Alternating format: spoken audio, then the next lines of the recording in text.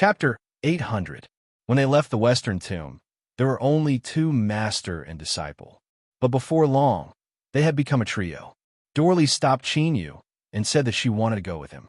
The black-robed figure was silent for a moment before nodding in agreement. Of course, this was only a disguise. In fact, Chinyu already expected that since this woman borrowed Su Onluin's body, she would definitely think of a way to keep him here. Now that Chinyu had become a puppet under her control, following it aside and helping him plot against the Ancient was clearly the best choice. Unfortunately, Dorlise didn't know that everything she did was no longer a secret. She feared that she would cry miserably in the future. Chinyu remained calm as Dorlise joined him, but Yundai actually felt a great threat. She didn't care whether this woman's consciousness was called Dorlise or Su Onluin. Yundai only knew one thing, and that was that this woman was extremely tempting. Moreover, she seemed to be very close to her teacher. When they occasionally spoke, she always had a flirtatious appearance. What Yundai found most unbearable was that this woman would occasionally glance at her. That was a provocation, a naked provocation. You want to compete with me for teacher? No way. Chinyu had no intention of interfering in the battle between these two women. He was well aware that Dorlise was only playing with Yundai, or perhaps she was trying to numb his senses. Chinyu was considering where he should go next after leaving the western tomb. The Ancient didn't express anything about this. It was clear he needed to make a decision. The reason he joined Sky Declaring Pavilion was to find a chance to heal his wounds. Now that he had recovered, there was no need to return. He seemed to have forgotten something. A moment later, Chinyu slapped his forehead and finally remembered. There was a sleeping pheasant left in Sky Declaring Pavilion.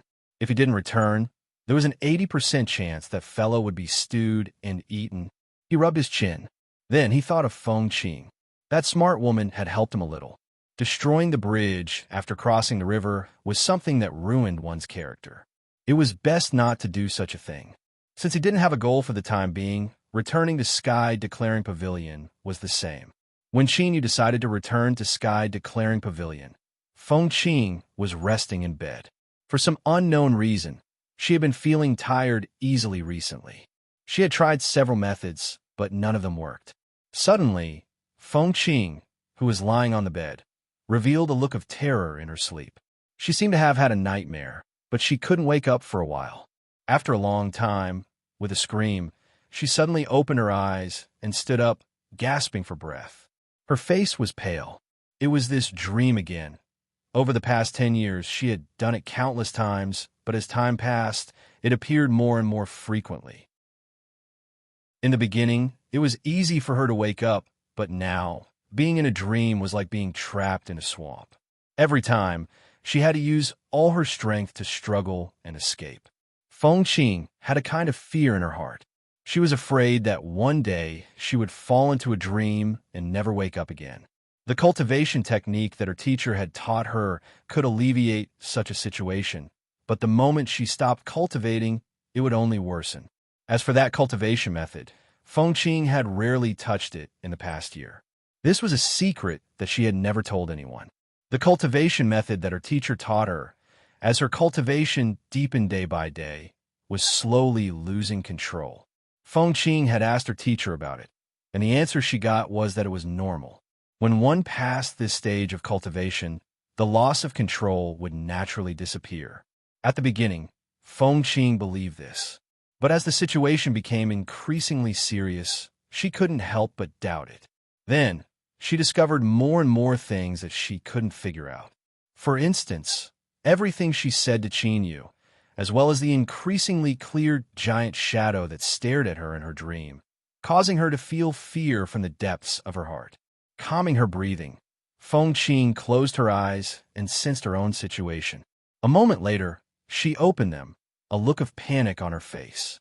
As she thought, even though she had stopped cultivating, her cultivation method was still revolving on its own. It was just that the speed at which her strength rose had slowed down. Feng Qing didn't know what fate awaited her if things continued like this, but she felt that it wouldn't be something that she looked forward to. She began to miss Chinyu incomparably. This was because, according to the information she had, he was the only one who had the ability to help her. But after Dragon City, Fengqing had lost all information about Qinyu. It was likely that this temporarily trapped, peerless powerhouse had drifted far away. As for the agreement between them, Fengqing bitterly smiled. An ant could never have extravagant hopes that a lion would abide by the agreement between them. After all, such a thing as an agreement usually existed between two people on the same level. As Fengqing was worrying about her gains and losses, and her heart was gradually approaching despair, Grandmaster Ningqin returned after leaving the mid-morning city branch division for several months. But on this day, she wasn't the only one feeling happy. Mr. Sand, who had been ruthlessly slapped in the face and disgraced by San Lioha, had also returned. After several months, Mr. Sand, who had been trampled to the ground, had already crawled back up. Moreover, he had relied on his formidable strength to establish his dignity once more.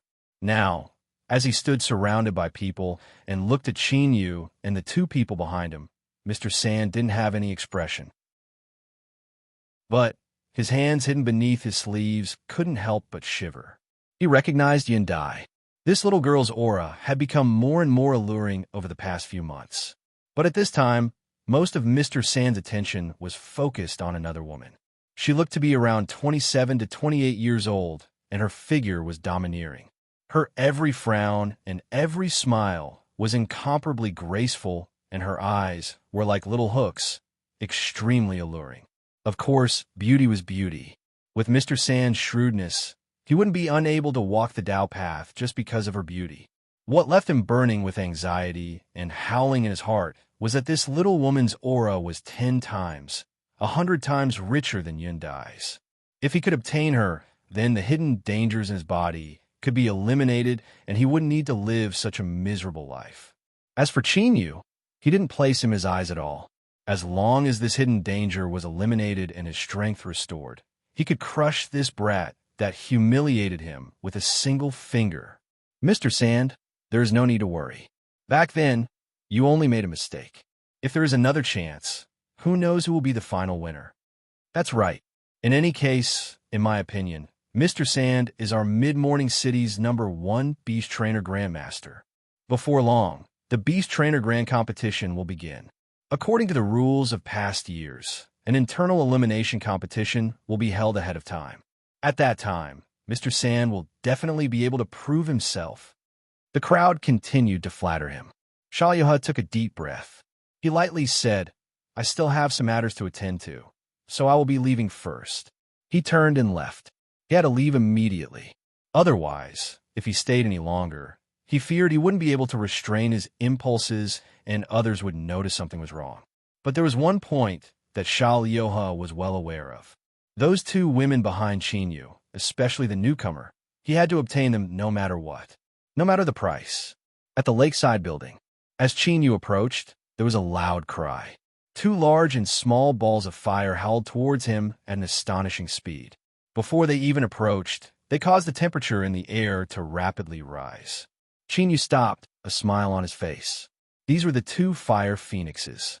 After sensing their master's aura, they had come out to greet him. As they arrived beside Qinyu, they rapidly shrank in size and landed on his shoulder. They chirped and jumped up, expressing the joy in their hearts. The secret disciples all had excited expressions. They all fell to their knees. "We greet teacher." Qinyu lifted a hand and stroked the feathers of the two fire phoenixes. With the intensity of his mortal body, he didn't fear their temperature at all. He nodded and said, "Rise." His eyes swept over the crowd. "Has everything been well while I was gone?" A disciple stepped forward. Reporting to teacher, "Everything has been fine. It's just that the pheasant you ordered me to take care of still hasn't woken up." Qinyu frowned. "You are Siyuan?" The disciple bitterly smiled. "Yes, I am."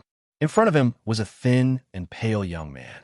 He was completely different from the chubby little fatty in his memories. But looking carefully, one could tell that they were indeed the same person. In just a few short months, such a heaven-shaking change had occurred. It seemed that something must have happened to this boy's body. Qinyu didn't have the habit of digging up other people's scars. He nodded and allowed the disciple to leave. "All right, I'm tired from the long journey. I need a rest for a while. You all go and do what you need to do. Yes, teacher. After everyone dispersed, Qingyu didn't have time to truly rest.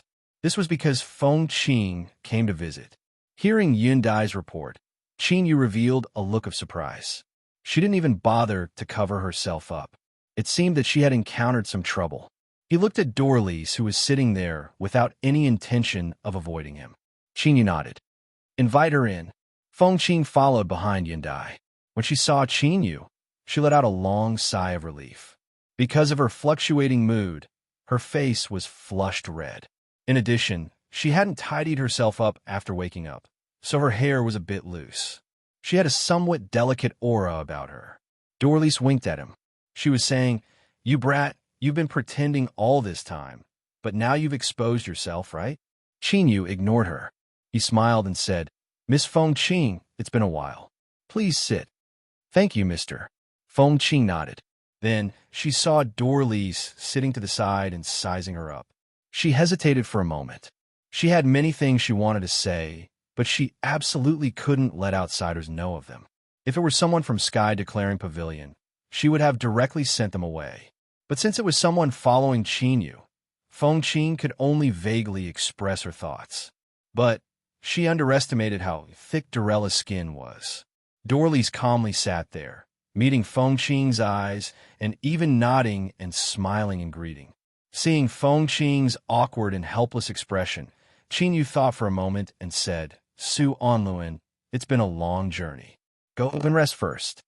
The dignified Tao Lord of the West Tomb was a subordinate divinity. Many people knew of Dorella's name. After returning to Sky Declaring Pavilion, she certainly couldn't use it again. Dorlies blinked her eyes and smiled. "But I'm really not tired." Feng Qing took a deep breath. "Mr. just returned. It was Feng Qing who came here in a hurry. You should rest first today. I will visit again in the future." Chapter 801. Feng Qing stiffened. It took a great deal of effort for her to suppress her urge to curse. Qingyu frowned. Dorlies shrugged. "All right, I promise I won't say anything. Does it hurt to bully your little lover?" Ignoring the latter half of her words, Qingyu said, "Miss Feng Qing, Su Onluan can be trusted. If there is something you need, feel free to speak." If these words weren't spoken by Qingyu, Feng Qing would have scoffed at them. If it wasn't his problem, how could he not care? But now that Qingyu had expressed his stance, she had no grounds to refuse. Otherwise, if she didn't speak of it today, she wouldn't speak of it in the future. She clenched her teeth and said, "Mister, I need your help." She quickly explained her situation, not daring to leave out any details. Her eyes were filled with anxiety, but there was also a look of anticipation. "I know that it is a bit difficult to ask Mister to help, but I really have nowhere else to go. I hope that Mister can help me." As she spoke, she stood up and bowed. Qingyu lifted a hand, and his strength gushed out from the air to support her. "Miss Feng Qing, there is no need to be like this. Since I promised you that if it is within my abilities, I will not stand idly by. You don't need to do this." Dorlies curled her lips. "For such a great trouble, it doesn't matter if you kneel or not. You can't expect others to kneel just because you did." Her eyes flashed. "Moreover, I think your situation isn't simple. It's best if you don't interfere." At this time, Feng Qing really wanted to curse out loud. "What does this have to do with you that you need to interrupt?" But Qinyu's silence indicated that this woman's words had a certain weight to them. Before figuring out her identity, Feng Qing could only endure it. Qingyu glanced at Dorlies.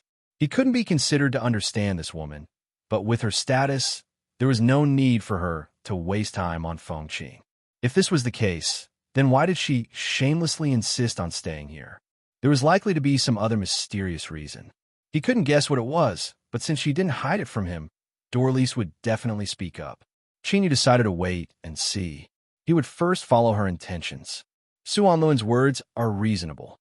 "Miss Feng Qing, if I help you, I fear there will be great trouble." Feng Qing paled. "Mister."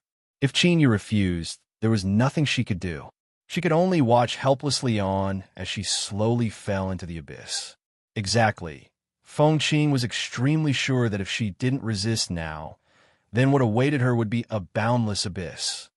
TSK, this little face, this pitiful expression, I really can't help but pity her. Doralice had a loathsome expression on her face. She pretended to sigh and then suddenly changed the topic. Chinyu, I don't think we can interfere in this matter. After all, we made a promise to others before. It's not going to go back on our word. Doralice sat up straight and leaned over. She whistled, "Little girl, let's make a deal. As long as you agree to be Chinyu's concubine, we will help you." Chinyu had just taken a sip of tea when he nearly spat it out. He stuffily coughed and glared at Doralice. This self-righteous woman. She hadn't even cleared up all of his debts, and yet she still dared to provoke him. Doralice looked back at Chinyu and smiled. "Do you agree or not? This is your last chance. Think about it carefully." Fengqing's face flushed red. She didn't think that Chinyu would make such a request that would take advantage of her. But after waiting for a moment, although his complexion wasn't too good, he didn't say anything to explain. Her heart sank. Fengqing was angry and embarrassed at the same time. Her face flushed even redder, as if she would leave at any moment. But in the end, she didn't leave. Doralice was right. This was her last chance. If she didn't want to fall into the abyss, then she could only pay some price. Compared to death, although her innocence was important, it didn't mean she couldn't give it up. Fengqing looked up at Chinyu. "Mr. Fengqing is willing to serve you with my pure body. But after that, I ask that you give me my freedom." Before Chinyu could speak, Doralice clapped her hands. "How straightforward. We agree. You can rest assured and go back. Everything will be fine." Yin Dai's eyes widened. She glared at Doralice, wishing that she could rush up and tear this woman's mouth to pieces. Teacher was hers. He was hers. Chinyu's complexion darkened. He watched Fengqing leave and coldly said, "Doralice, you had better give me an explanation."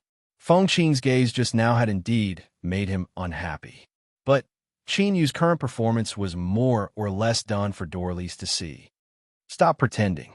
I don't believe that you can't see through it." Doralice faintly smiled. She sighed. "Chinyu, I suddenly feel that your luck is quite good.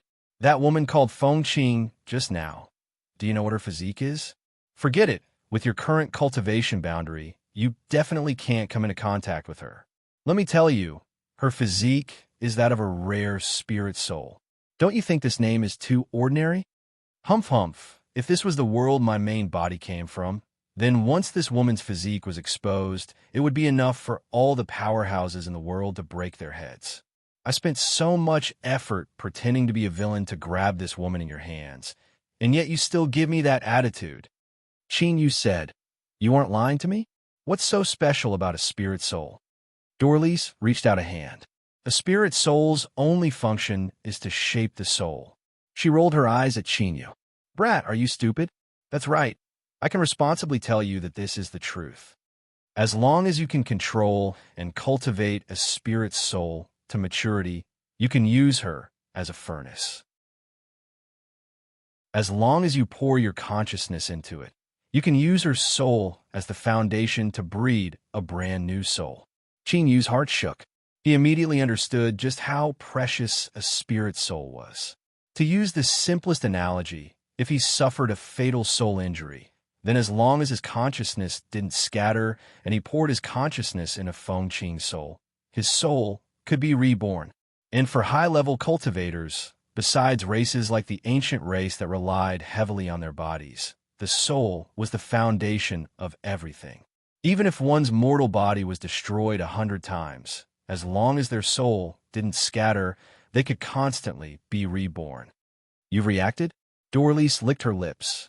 "If it weren't for the fact that my main body can't descend into this world, do you think I would have given you a spirit soul? However, this piece of meat isn't so easy to eat. You should have already guessed what Fengqing said just now.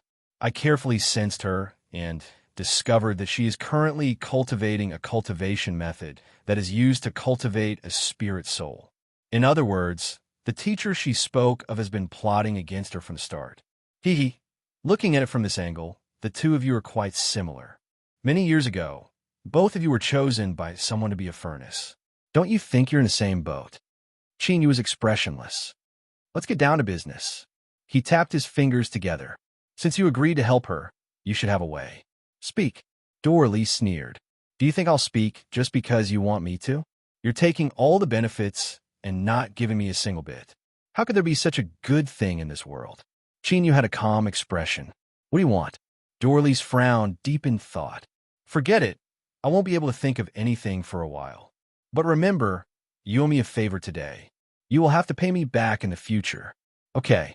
Chinyu nodded. He sneered inwardly. This woman was quite smart. She was worried that he would be suspicious, so she deliberately put on such an act. It had to be known that in Dorelis's eyes, Chinyu was a puppet that she was controlling without even realizing it. In the end, whatever Chinyu obtained was also hers. She only did this to make her acting seem more realistic. You're straightforward enough. I'm beginning to appreciate you more and more. Dorlys threw him a flirtatious look. Yin Dai, who had sent Feng Qing out, happened to return at this time. As she saw this, she nearly blew up with rage. It's fine if you came here yourself, but you actually dragged another woman into it. Do you think you can't compete with this old lady, so you decided to use a human wave tactic? Dorlys turned to look at him. Chinyu, I think it's best if fewer people know about this, right? Chinyu nodded. Yin Dai, go and rest first. Yes. With a belly full of resentment, Yin Dai clenched her teeth and left. Before she left, she swept her eyes over Chinyu several times. If looks could kill, Dorlys would have turned into dregs by now. Hey, Chinyu, you brat. Your luck with women isn't shallow. Don't blame Big Sister for not telling you, but your little apprentice's physique isn't ordinary either. Let's not talk about how many benefits there will be if you accept her. At the very least, that pleasure isn't something an ordinary woman can give you. Chinyu's expression didn't change. Dorlys, put away your little schemes. This sort of numbness has no effect on me. Since we were going to cooperate, let's get straight to the point. Humph. If you don't recognize my good intentions, you brat, there will be a time when you will regret it. Dorley said with a half-truth, half-lie threat. Chinyu thought to himself, yes, that's right. Let's see who will regret it in the future. It's clear that that girl Feng Qing's soul avatar has already been discovered by others. Moreover, what surprises me is that in this world, there's actually a cultivation method for cultivating soul avatars. Although it's a bit simple, this sort of slow cultivation method will allow the soul avatar to obtain the best growth. If I'm not wrong, Feng Qing's soul avatar will soon mature. In other words, her teacher will make his move in the near future. There isn't much time left for us to pick peaches. Dorlys had a serious expression. Strictly speaking, I only have the strength of a projection. And with your strength, if you don't use the ancient's heart, it'll be impossible for you to contend with the master of sky declaring pavilion. Thus, when we make our move this time, we must use our wits. Think of a way to have Feng Qing assist us in investigating the background of Sky declaring Pavilion's master in the shortest time possible. Only by knowing yourself and your enemy can you respond. Chinyu nodded. But at this time, he didn't know that he didn't need to look for Feng Qing to think of a way. The one Dorlys wanted to scheme against was about to deliver himself to his doorstep. The next day, a blood jade sealed in a transparent jade box was delivered to Chinyu through the Internal Affairs Division. The moment Chinyu saw this blood jade, he subconsciously frowned. Perhaps it was because it had fused with the ancient's heart, but he could faintly feel the terrifying strength contained within. However, this strength was a bit strange. It was as if it had been forcefully gathered together, as if it would explode and collapse at any moment. Chapter 802. After leaving the desert world, the ancient had remained silent. This was the first time he had spoken after exterminating the giant spirit clan. The sealed transparent jade box in front of Chinyu flew up on its own. A halo of light flashed on its surface, and it slowly opened. After losing the imprisonment of the jade box, the strength contained within the blood jade suddenly went berserk. A roar sounded out from deep within his mind. A chill rose up from his spine, nearly causing his heart to stop beating and his blood to freeze. In the next moment, Qin Yu's consciousness was violently pulled into a scarlet space. Everything around him was the color of blood, as if it had been dyed with blood. His nose and mouth glistened with a nauseating stench. Before he could respond, Qin Yu's consciousness froze. At this moment, he felt as if a great beast had locked onto him, and he could be torn to shreds at any moment. At the end of his line of sight, deep within this scarlet space, there was a massive shadow. It lay on the ground, towering like a mountain. As he slowly looked up, a pair of giant eyes locked onto him. The reason Qin Yu's consciousness froze was because of this pair of eyes locking onto him. Suddenly, it opened its mouth and roared. Qin Yu's consciousness buzzed and fell into a blank state. Even so, he instinctively felt a great fear. He felt as if he were being swept away by a hurricane. As he wildly spun around, he would be twisted into countless pieces at any moment. Qin Yu wanted to struggle, but he couldn't do anything. Luckily, this feeling only lasted for a brief moment. With a cold cough, the hurricane that wrapped around him was torn apart. Qin Yu's consciousness instantly returned to his body. He gasped for breath, sweat dripping down his body. In front of him, the teardrop-shaped blood jade emitted a faint halo of light. It was shrouded by an invisible strength, unable to emit any light. Qin Yu didn't know what his fate would have been if his consciousness hadn't been able to break free, but he knew it wouldn't have been a happy ending. "Thank you, my lord, for helping me." The ancient was silent for a moment. Then he smiled. "Strictly speaking, I should be the one thanking you for today's matter. I never thought that after searching for so many years without finding anything, it would actually fall into my hands today." Qin Yu revealed a puzzled expression. The ancient didn't hide anything. He lightly said, "You should be aware of the true appearance of this blood jade, right?" Qin Yu thought for a moment. "Blood? That's right." The ancient said, "I recognize the owner of this drop of blood. Or, to be more accurate, I am the one who created it." Even though he had already expected this, he was still shaken after obtaining confirmation. It was just a drop of blood, but it possessed such terrifying power that he was almost defenseless against it. Then, just how powerful was the owner of this drop of blood that the ancient spoke of? And what was even more terrifying was that this existence that surpassed the limits of imagination was created by the ancient. Qin Yu remained silent. He couldn't help but doubt himself. Facing the powerful consciousness of the ancient, could he really succeed? The ancient continued to say, "In Dragon City, you have already seen the dragon soul hidden deep within the arena. You should know its origins. Back then, I had a premonition that there would be a great calamity in the future, so I slaughtered tens of thousands of dragons and extracted their soul essences to refine the dragon soul. In addition, I refined the corpses of 10,000 dragons and used their blood essence, flesh, and blood to create a body of 10,000 dragons as a carrier for the dragon soul. The reason I did this was to help me deal with the unknown great calamity in the future. But before I could finish, the Tao Monarch's true body arrived. You should already know what happened afterwards. I fell into a trap and was defeated by the Tao Monarch. My body was split apart and suppressed, and only my consciousness survived. Because of the refining process, the dragon soul remained loyal to me.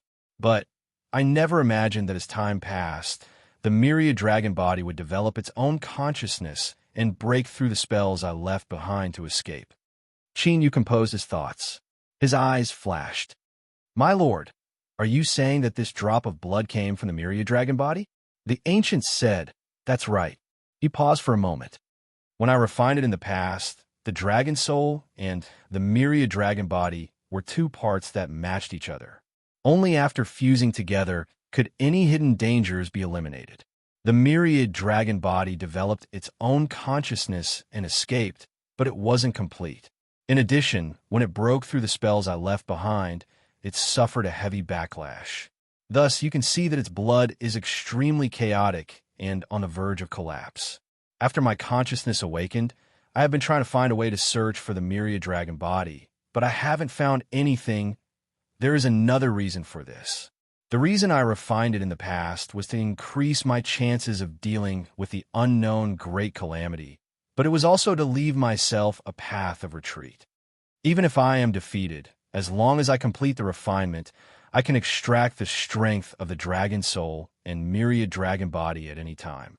As long as my soul doesn't scatter away, I can quickly restore myself and even increase my strength. This is why I said that I should be the one thanking you. Qin Yu cupped his hands together. Congratulations, my lord. The ancient said, I should be congratulating you. In my current state, I no longer need their strength. My lord, once I find the myriad dragon body, I have a way to fuse the dragon soul with it. At that time, I can extract all of its strength and help you break through several levels of your mortal body. Even if you face a divine Tao powerhouse, you will have the qualifications to fight them. Qin Yu had an excited expression. My lord, are you serious? You are the only hope of my people, so I won't lie to you. But searching for the myriad dragon body must be done by you alone. Otherwise, once it senses my aura, it will be impossible to find it again. This junior will do everything in his power to find the myriad dragon body as soon as possible. After exhorting a few more words, the ancient withdrew. Qin Yu looked up, a sneer on his face. If he didn't already know everything, he might have been moved. But now, as for what the ancient said about helping him obtain the strength of the dragon soul and myriad dragon body, Qin Yu believed this. This was simple. In the eyes of the ancient, Qin Yu was already a puppet under his control. There was no difference between what he had and what the ancient was holding on to. From this perspective, the ancient and Dorellis's minds should be exactly the same. Across from him, Dorlis looked up, a dignified expression on her face. What did that person say? Qin Yu didn't hide anything. He explained everything. Dorlis was secretly shocked. Even with her cultivation boundary, she still found it hard to imagine slaughtering 10,000 dragons. This was truly worthy of being an existence that could fight with the Tao monarch. Dorlis let out a deep breath and calmed her mind. She said, did that person really say that he was willing to help you obtain the strength of the dragon soul and myriad dragon body? Qin Yu knew that she was suspicious, but he couldn't hide this matter. He could only quietly nod. Indeed, Dorlis frowned. The reason she was willing to help Qin Yu was because he was under her control. But why did the ancient want to help her? Could it be that he had some other method that he could control Qin Yu? After thinking about this for a long time, without any results, Dorlis touched the back door she left in Qin Yu's body. With a stuffy cough, Qin Yu's complexion paled. He lifted a hand to cover his heart. I suddenly felt uncomfortable just now, as if my heartbeat was out of control. What is going on? Dorlis calmed down. Since the back door she left behind was intact, even if the ancient had made some preparations, it was doomed to be useless. She immediately comforted Qin Yu. Perhaps it was because he had just fused with the ancient's heart and hadn't perfectly fused with his mortal body yet.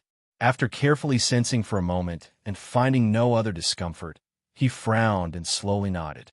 Of course, this was all an act for Dorlis to see.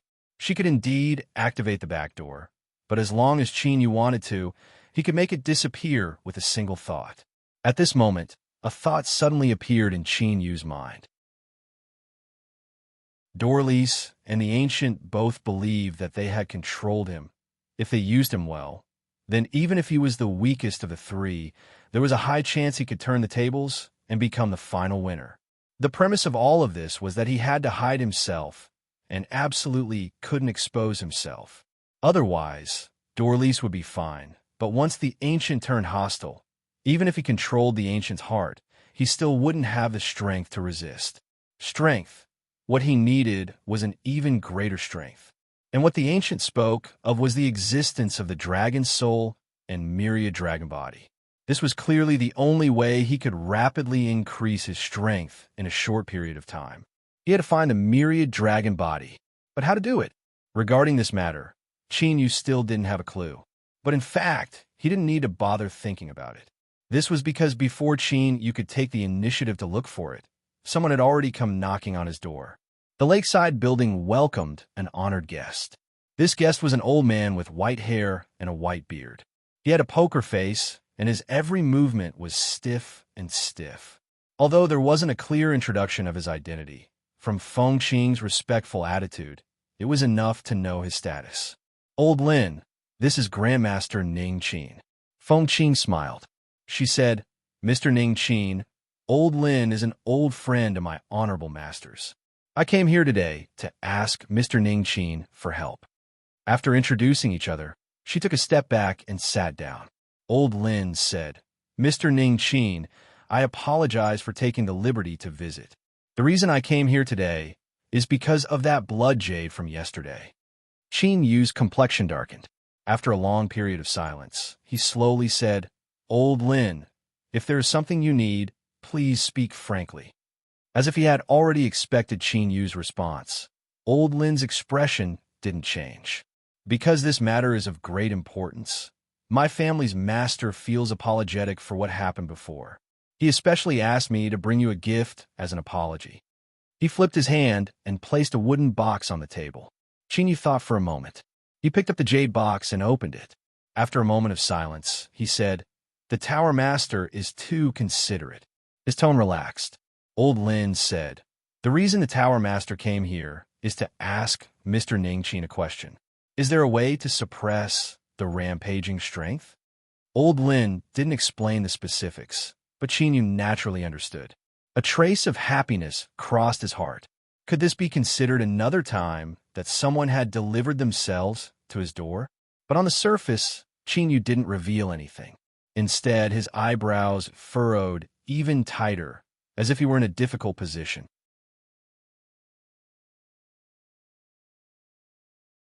Chapter 803.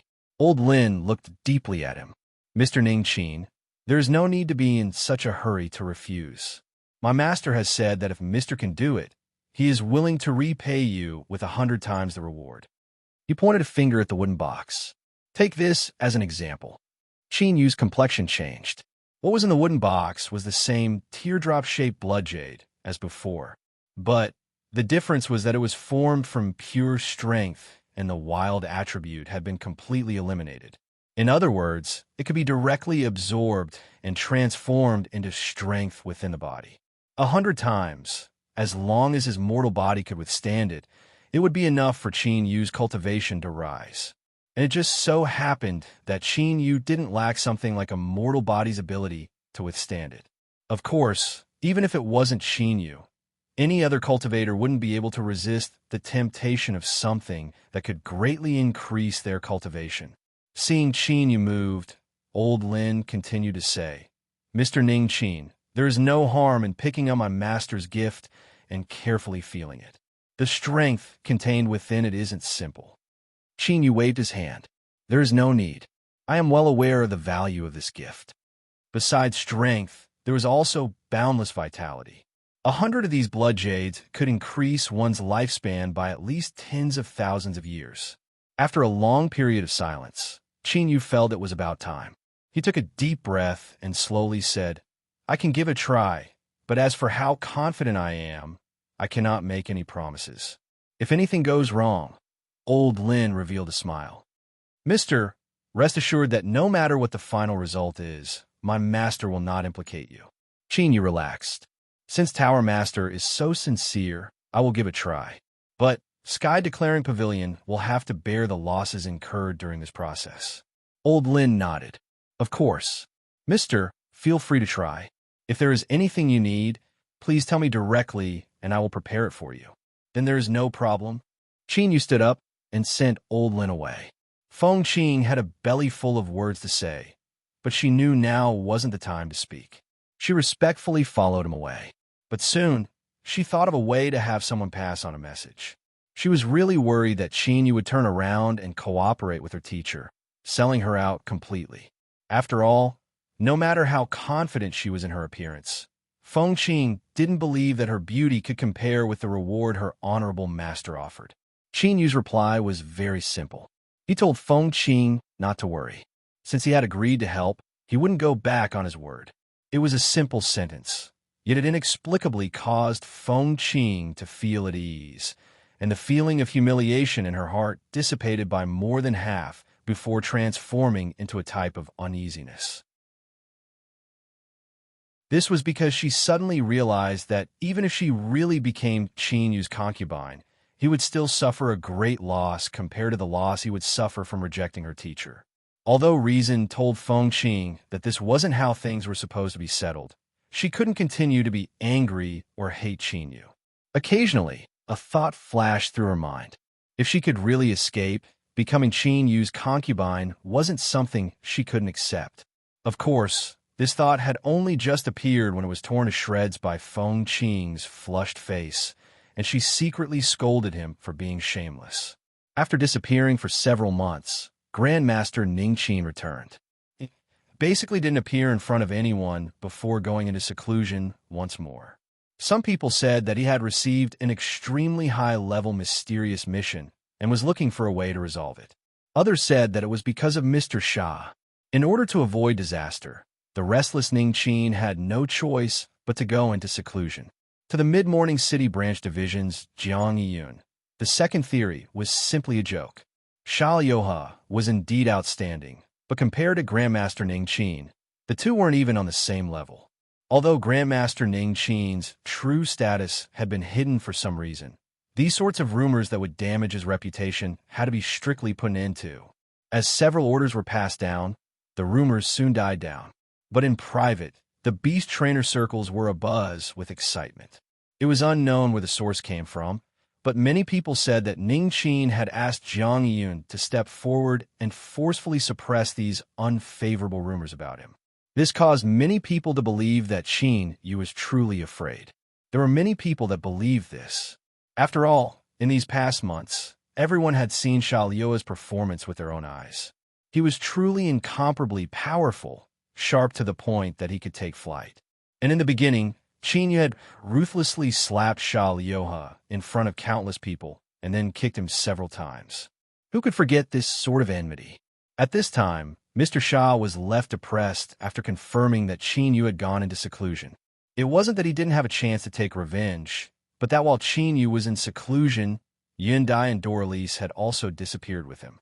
The two women hid in the lakeside building and didn't come out. No matter how many methods he didn't have a chance to use them. How could the restless and fiery Xia Liuhe endure this? It wasn't that he didn't take action. Through the connections he had accumulated during this time, Xia Liuhe had tried to use force to force Qin Yu to appear. But just as he tried, an invisible strength would immediately erase everything. Within the Internal Affairs Division, two people with true authority had suddenly revealed problems and been knocked down to the ground. Xia Liuhe's heart chilled, and he decisively stopped trying. Although he didn't know who it was, if someone had the qualifications to do this, it wouldn't be too difficult for them to do anything to him. It seemed that the rumor that Ning Qin was currently on a secret mission was very likely to be true. With things having come this far, he could only endure even if he couldn't. Luckily, it wouldn't be long before the Great Beast Trainer competition began, and Qin Yu shouldn't be absent. At that time, he would have plenty of chances in the internal eliminations. Yes, that was it, Mr. Xia thought. A plan rapidly formed in his mind. Not only did he want to obtain these two women in one fell swoop, but he also wanted to return the humiliation Qin Yu gave him 10 times over, 100 times over. Siyuan sat on a rock by the lakeside, looking at the ruffled surface of the lake. His expression was dull, and his empty eyes were filled with pain. His teacher had gone into seclusion. This fact allowed him to relax. But at the same time, he couldn't help but feel pained at his own cowardice. Uncontrollably, the scene of the last time he saw her appeared in his mind. The woman he loved in his heart had been tortured black and blue. He held her in his arms, helplessly watching as she took her last breath. Her unwilling and pained eyes were still wide open as she stared at the gray skies above her head. Siyuan clenched his fists and bit down on his lips, blood seeping out. "Don't worry. I won't let you die in vain. Those who hurt you will pay the price. This is my guarantee to you. No matter what price I have to pay, even if I die here, I will not turn back." Siyuan looked up. The clouds in the skies constantly changed. He seemed to see a face smiling down at him from the heavens. At this moment, he suddenly realized that he could only rely on himself in this matter. He was only a secret disciple. He hadn't even seen his teacher's face a few times, so what qualifications did he have for his teacher to take revenge for him? Luckily, on that day when his teacher returned, he didn't impulsively expose his own intentions. Otherwise, before he could do anything, he would have been killed by others and become a muddled ghost in the underworld. With his current strength, it was nearly impossible for him to take revenge. Thus, he absolutely couldn't meet force with force. He could only look for a chance to strike, because once he struck, he wouldn't have a second chance. Buried deep beneath the earth, there was a great hall that was tens of thousands of feet deep.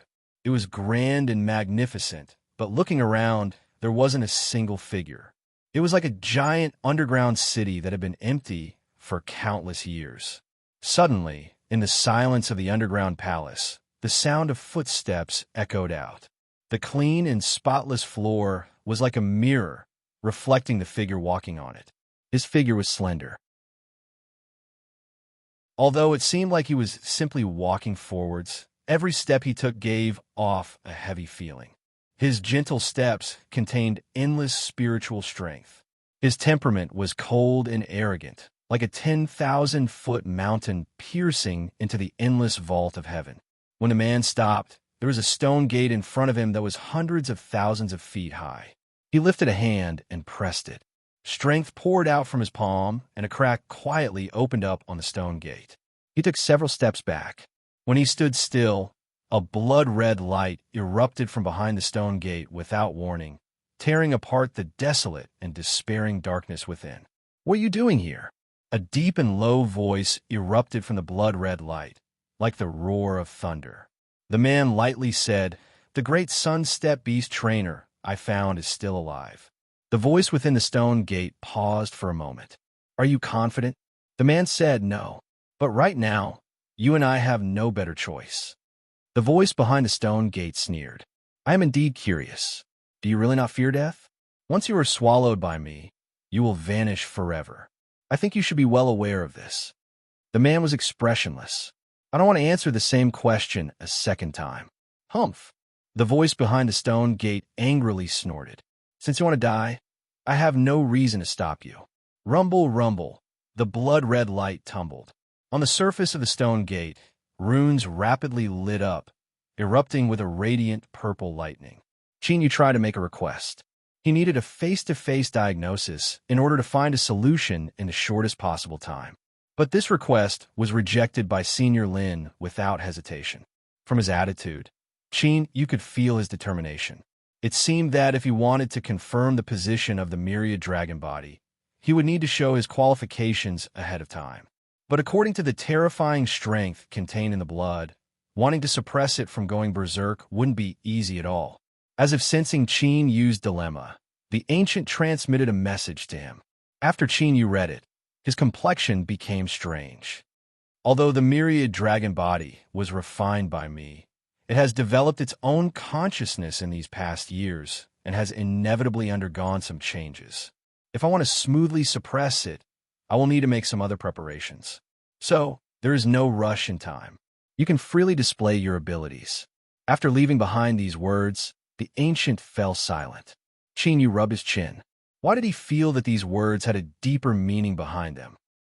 Perhaps it was possible the lakeside building was quiet for several days. Then, Qin Yu began to make requests. A list of materials was sent to Senior Lin as quickly as possible. Although he was prepared, when Senior Lin saw the list, his eyebrows couldn't help but tremble. But after a brief pause, he composed himself and slowly said, "Give it to him." Qin Yu really did go into seclusion. But this seclusion had nothing to do with suppressing the chaotic strength within the blood jades. He took all sorts of precious materials sent over by Sky, declaring Pavilion, and began an extravagant cultivation. Of course, before this, the 10 blood jades filled with the chaotic strength had already been taken away by the ancient. Although he didn't say anything, from the tone of the ancient's voice, it seemed that with these 10 blood jades, the myriad dragon body wouldn't be able to escape. Dragon City, deep within the arena, on an altar, The dragon's soul lay on top of the altar, its body so solid that it seemed corporeal. At this time, its eyes suddenly opened, revealing a look of excitement. Hum, hum. The runes on the altar rapidly lit up. Then, as if it were contagious, the countless runes all lit up. A strength of imprisonment and suppression covered the dragon's soul. It roared out loud, and crackling sounds came from the surface of its body. Tiny arcs of purple lightning jumped about, causing it to reveal a pained expression. But this time, the dragon's soul didn't lower its head like it usually did. It stood up, its deep eyes seeming to pierce through the barriers of space and fall into the endless distance. After countless years, it could finally feel the aura of its own body once more. My master, have you finally found it? In other words, after enduring hundreds of thousands of years of imprisonment, it was finally about to end. Roar!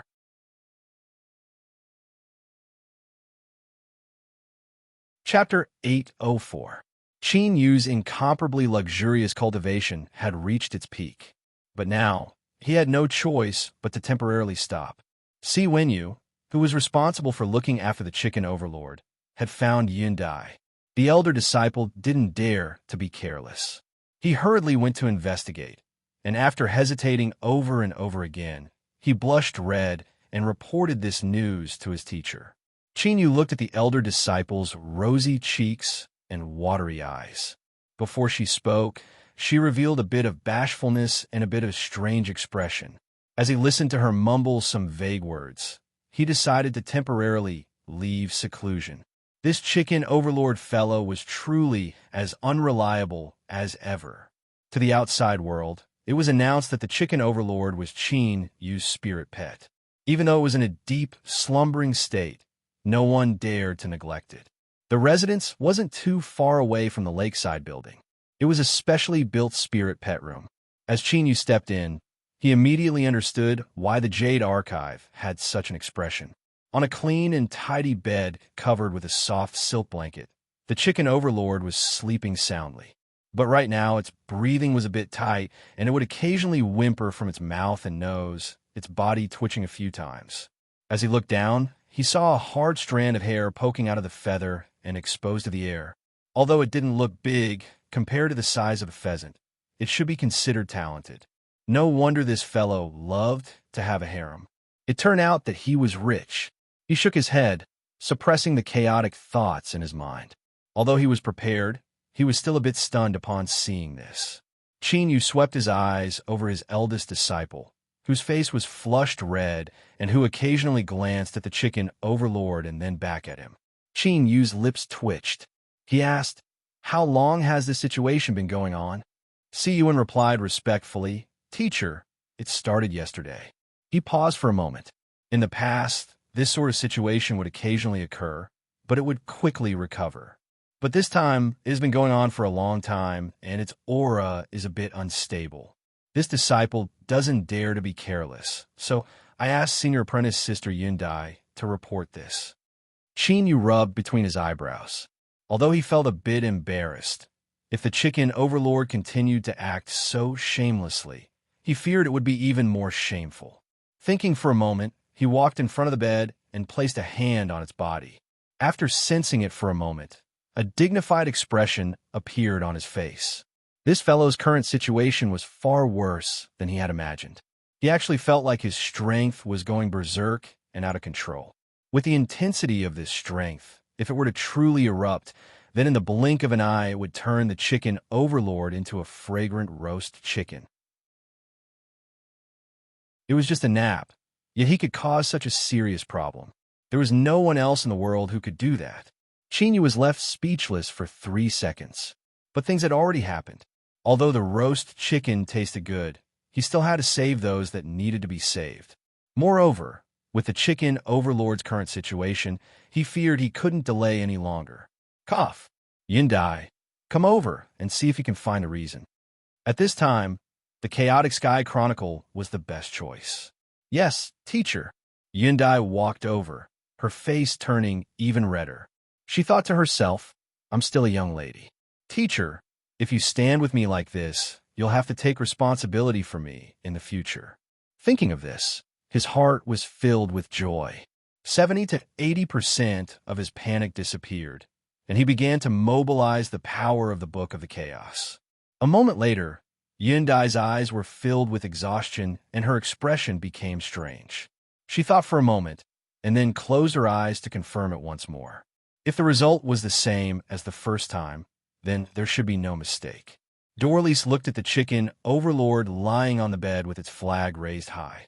Even though she was experienced and knowledgeable, she still couldn't help but take a few more glances. Today's events were simply too strange. The chicken overlord's condition certainly couldn't be hidden from her eyes. After a brief inspection, she knew that it was receiving some sort of strength inheritance in its slumber. This was the strange part. Generally speaking, when it came to strength inheritance, the difficulty lay in obtaining approval.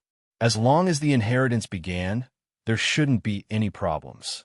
After all, an existence that left behind a strength inheritance clearly hoped to pass down their own cultivation. It was impossible for them to play their successor to death. But something had happened to the chicken overlord, and it was because it had sunk deep into its heart demons and was unable to extricate itself. Well, this was yet another strange phenomenon. Would heart demons appear during the strength inheritance process? That's right, there was a certain chance. But this sort of heart demon was of a very low level. As long as one focused their mind to resist it, they could directly dispel it. But the chicken overlord in front of them was clearly stuck in a deep pit, and its soul had been invaded by heart demons. It was about to lose control of its strength and play itself to death. Combining Yundai's diagnosis, everyone present, including Dorlice, came to a conclusion. The chicken overlord had brought this upon itself. To put it simply, the chicken overlord had encountered a heart demon during the process of receiving an inheritance. Then, it thought that this heart demon was very interesting and didn't want to come out so easily. As a result, it played around with it until it went out of control.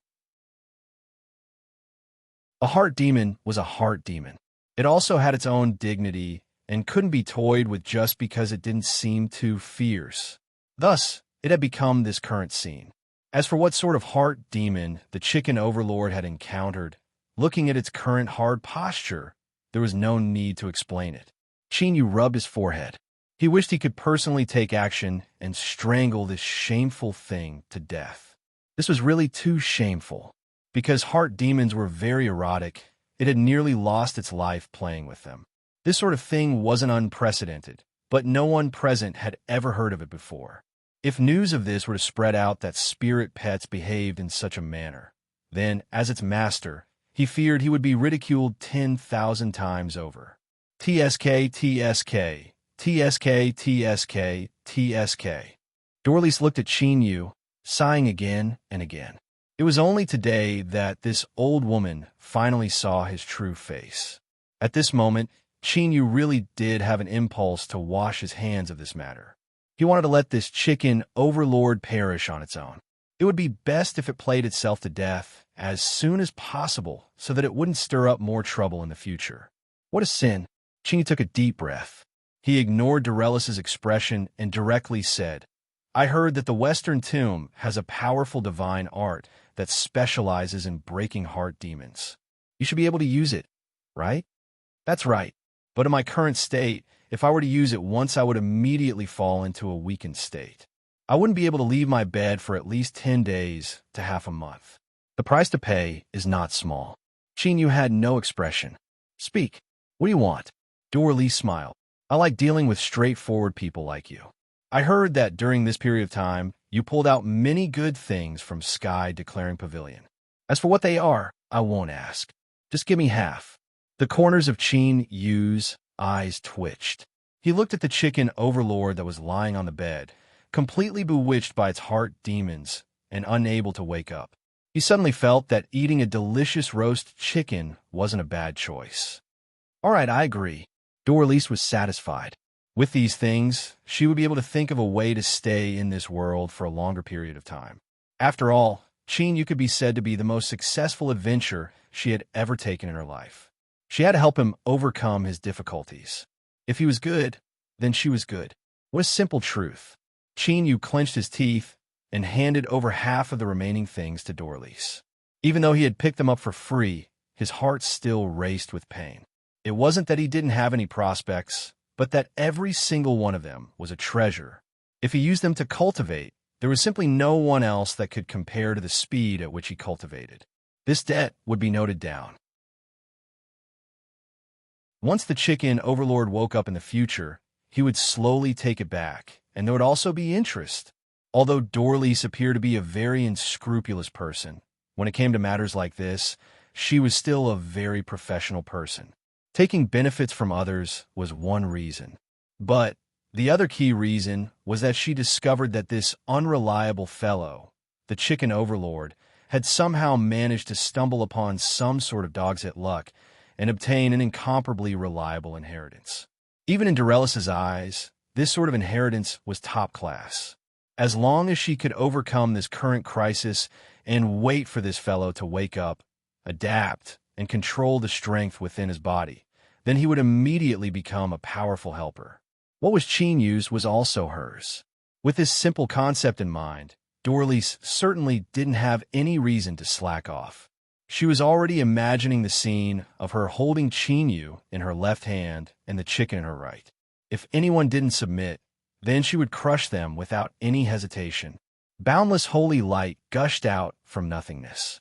It was like a great sun had risen from the ground.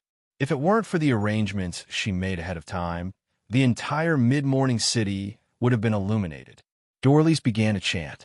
Strange syllables were incomprehensible, but the holy light that flooded her eyes was like an army that had received an order. It rapidly gathered together, flowing like a great river as it continuously poured into the chicken overlord's body. Even though it was unconscious, one could clearly see that this fellow's body suddenly straightened and it nearly shot up from the bed. The scale of that hard thing suddenly rose several times in the air. To borrow a phrase, blue veins bulged out on that person's forehead, making him look fierce and cruel, as if he would spit out several mouthfuls of blood at any moment. Then the chicken overlord really did spit out blood. It wasn't hard, but countless wounds instantly opened up on its skin that were hidden beneath its fur. Blood dyed the blanket red, and its body violently twitched, as if it could pass out at any moment. Dorlice quickly withdrew her hand, and the holy light rapidly dispersed. She turned around with an innocent expression. You really can't blame me for this. You didn't tell me ahead of time that this chicken's strength is of the fire attribute. She explained. The general meaning was that although the attribute of holy light seemed gentle, the truth was that it was a masculine type. Using a divine technique to help the chicken overlord wasn't a problem, but now that its strength had fallen into chaos, a single spark could ignite a prairie fire. This was no different from pouring oil into a fire. Qin Yu was left speechless. He didn't know that divine technique treatment actually had such a restriction. He hurried forwards to inspect it. Luckily, the chicken overlord's life was tough enough. Even though it had been ruthlessly tossed around in this state, it still tenaciously lived on. Moreover, he didn't know if it was because it had lost too much blood or if it had been tossed around, but the chaotic strength within its body had been vented. That hard thing actually slumped down. Although it still looked a bit restless, it wouldn't be able to do so for some time. Could this be considered a blessing in disguise? Dorlice's words ruined Qin Yu's mood. This matter isn't over yet. Although it isn't my fault, I still need to make things clear to you. Don't look at how this chicken is fine right now, but the divine technique I used just now has already stimulated its heart demons. It won't be long before it recovers a bit, and its heart demons will definitely return. At that time, we will be in deep trouble. Qin Yu furrowed his eyebrows. He suddenly discovered that this matter was extremely troublesome. He turned to look at Yindai. Do you have any good suggestions? For the time being, the existence of the Chaotic Sky Chronicle was only known to the two of them and the Dark Parliament. In order to avoid trouble, the fewer people that knew about it, the better. Yindai nodded. This disciple does know of a method that should be useful. Teacher, have you heard of the Ice Soul Jade Bed? I don't know. Just tell me. Yindai said, in the legends, The Ice Soul Jade Bed is a treasure that was discovered in some extremely cold land. Its origins are unknown, and the one who refined it is uncertain, but its effects are incomparably formidable. For instance, if a cultivator were to cultivate on it, they could clear their mind and drive away their thoughts. It could also temper their soul and consciousness and strengthen their cultivation. In particular, for beast trainers, it has the effect of awakening their soul and giving them inspiration. However, according to what this disciple knows, the Ice Soul Jade Bed has another formidable effect, and that is to awaken the soul and consciousness.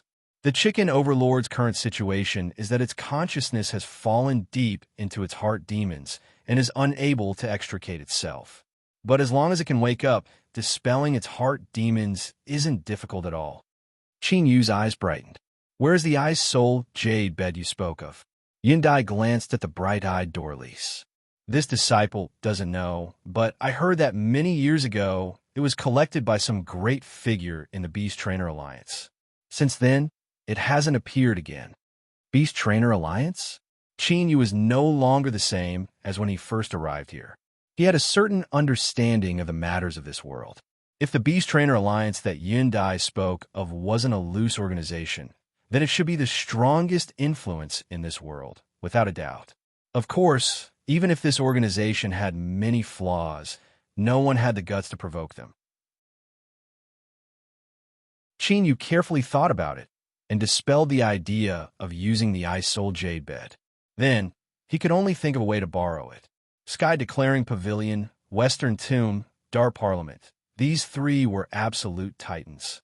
If he had them take action, it shouldn't be too difficult, right? Qin Yu thought for a moment and then summoned Siyuan. He had him take care of the chicken overlord and closely observe it. If there was anything wrong, then he had to immediately report it. The reason was simple. For this sort of shameful matter, the fewer people that knew about it, the better. He hurriedly went to see Senior Lin, who was staying in Mid-Morning City. Of course, Qin Yu would change his explanation. For instance, when he was preparing medicines, he would need the Ice Soul Jade Bed to refresh his mind. After all, Yindai had said that this was a very useful treasure for beast trainers. Yindai felt uncomfortable being stared at by Dorlice. She glared at her and then turned to leave. Behind her, Dorlice wasn't angry. Instead, she rubbed her chin and chuckled several times. She suddenly discovered that this little disciple of hers, Qin Yu, seemed to know a bit too much.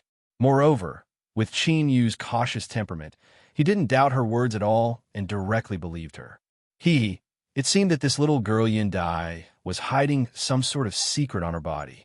Dorelice's eyes turned, and she turned to leave. She wasn't in a hurry to find out what it was. Even your teacher is one of my people. Do you think a love-struck little girl like you can escape from this old lady's grasp?"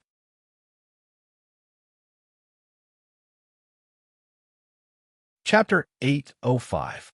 He originally thought that it wouldn't be difficult for the three great influences to work together and borrow the Ice Soul Jade Bed, but reality soon taught him a vivid lesson. He could confirm that the Ice Soul Jade Bed was indeed in the Beast Trainer Alliance, but they refused to lend it to him. They didn't even give an explanation.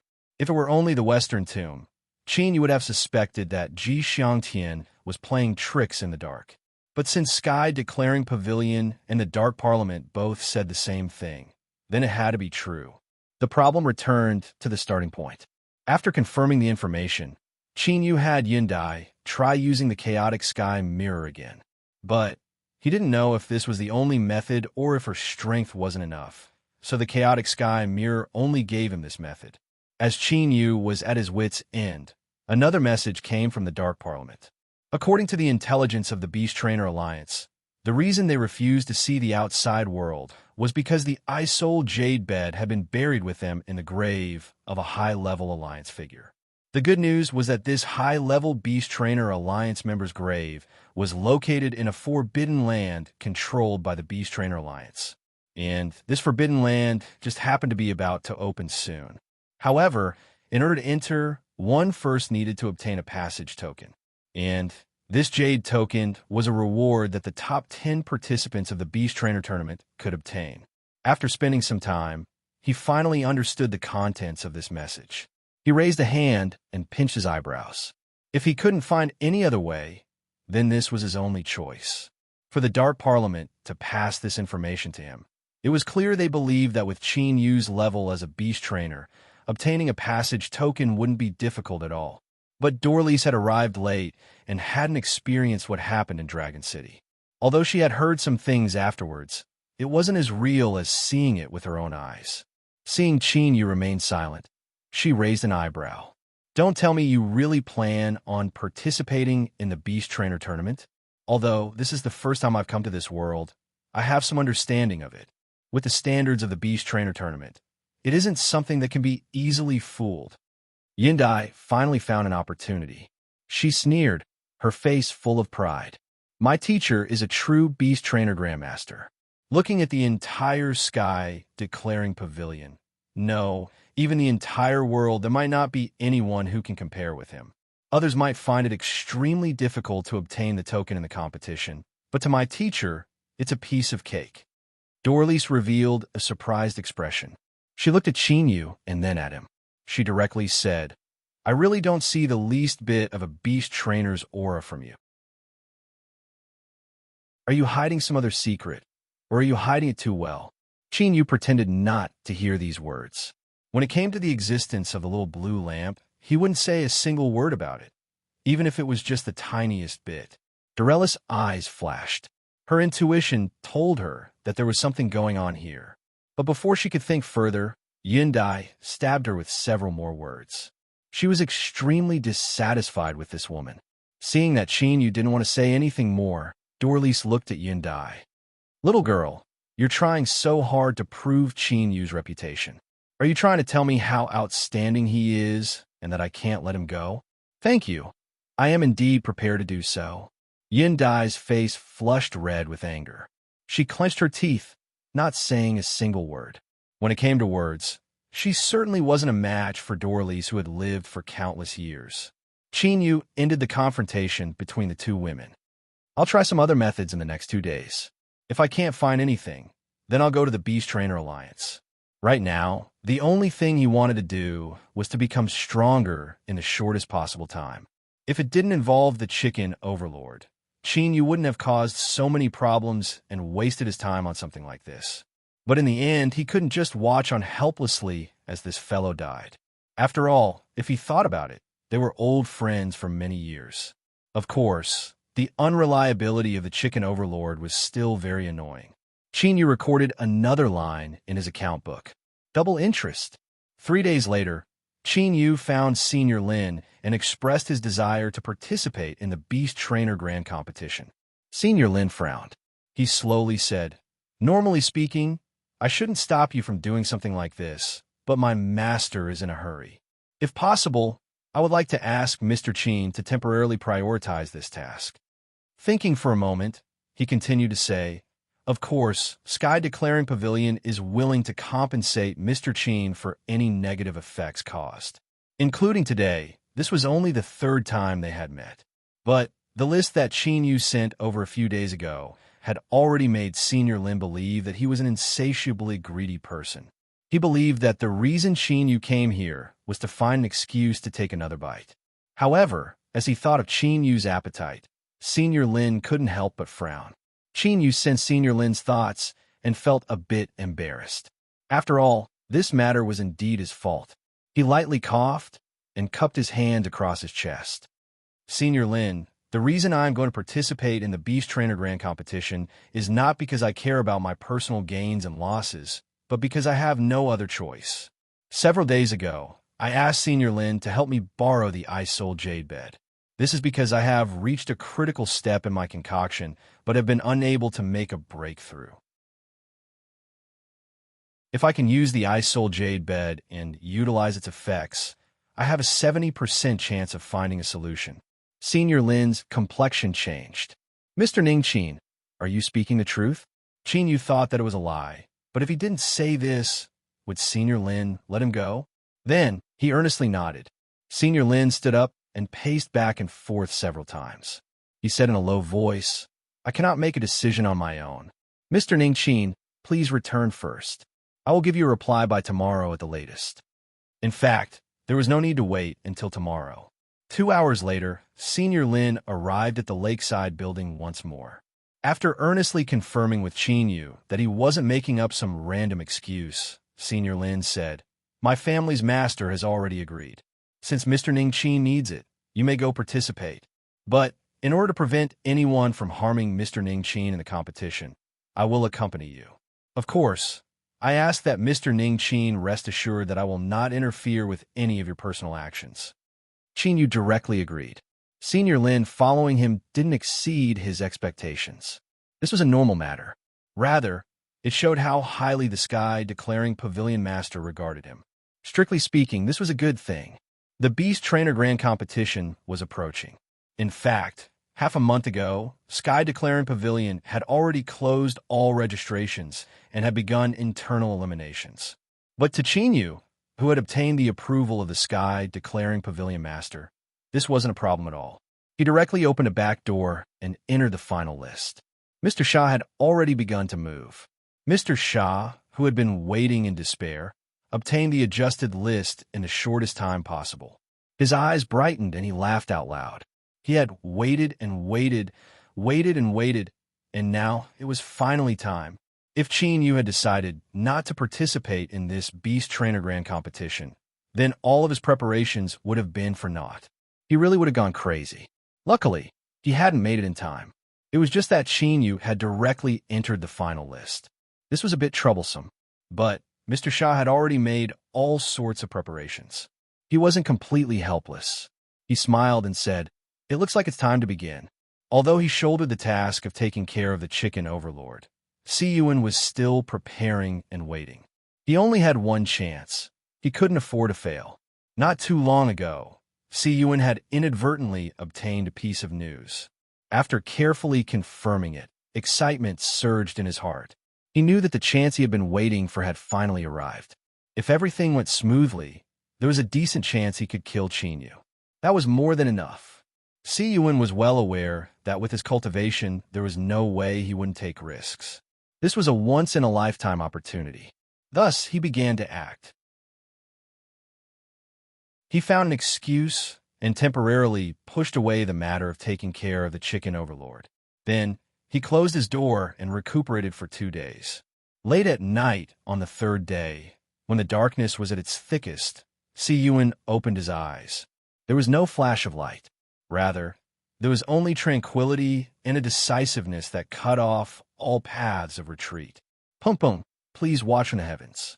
This person who has always liked you in secret, he is a true man. He could do anything for you. He stood up and carried the bag he had already prepared. The journey was unexpectedly smooth until he arrived at a remote courtyard. Although he had been prepared, with things having reached this step, Si Yuan still couldn't help but feel nervous. His heart raced. He cautiously approached the room. He could hear faint panting and moaning in his ears, incomparably seductive. At this moment, Si Yuan actually calmed down. He took off the bag he was carrying and opened up the layers of paper wrappings inside. An invisible and odorless aura began to spread out. "May the heavens bless me." Before he finished praying in his heart, Si Yuan felt a chill run down his back. A wave of pain spread out, and his consciousness fell into darkness. In the end, the heavens didn't bless him. When he awoke, Si Yuan discovered that he was tied up and his cultivation was completely imprisoned. He had failed. All his hopes turned to dust. Tears flowed down his cheeks. He thought to himself, "I'm really useless. I can't even take revenge for you." In fact, it was impossible for Si Yuan to accomplish this. This was because from the very start, the information he obtained was deliberately leaked to him by Shao Yoha. Ever since he inadvertently learned that Si Yuan and the woman who died beneath him were childhood friends, he investigated the matter and everything became clear. Shao Yoha made some arrangements and sure enough, this fellow had foolishly jumped into the pit and become a card in his hand. Although his cards weren't too good, this wasn't important. This was only an excuse. He was confident he could make it so that Qin Yu couldn't avoid it. Soon, an astonishing piece of news spread through the entire mid-morning city branch division. Mr. Shao Yoha, who had already entered the final name list and would be representing Sky declaring pavilion in the Great Beast Trainer Tournament, had been secretly poisoned by an unknown cultivator. Although he had been discovered in time, Mr. Shah had still been injured by the poison. Before everyone could digest this news, an even more explosive inside story spread out. The one who poisoned Mr. Shah Lioha was actually Ning Qin's secret disciple who had just returned. A single stone stirred up 1,000 waves. Because of Shah Lioha's sudden rise, the grudge between these two people was already well known to everyone. When Qin Yu first returned, this news had caused an uproar. Simply put, Qin Yu did indeed have the motive and position to attack. Countless eyes gathered on him, all of them having the same thought. It was going to be a lively show to watch. It was indeed a lively show.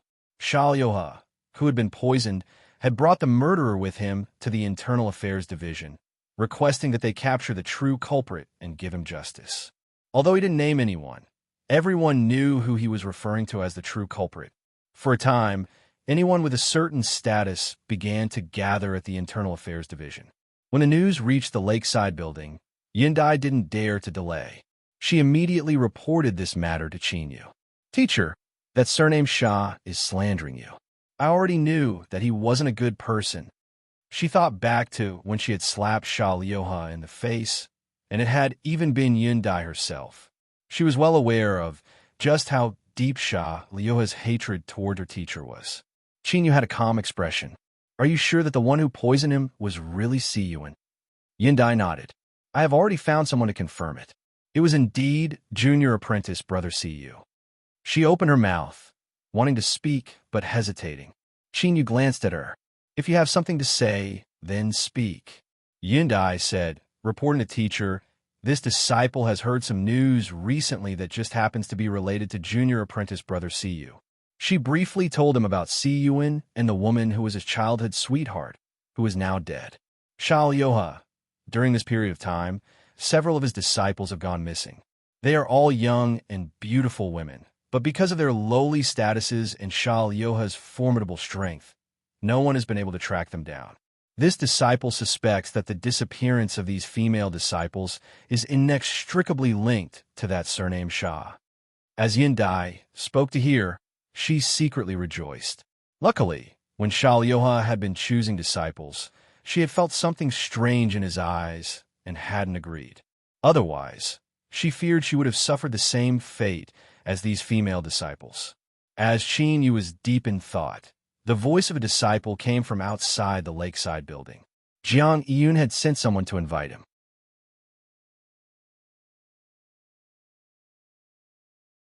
Chapter 806. Coming. With a low cry, the crowd quickly quietened down. The Internal Affairs Department was so crowded that even a pin drop could be heard. Everyone looked at the entrance. Jiang Yun walked forwards.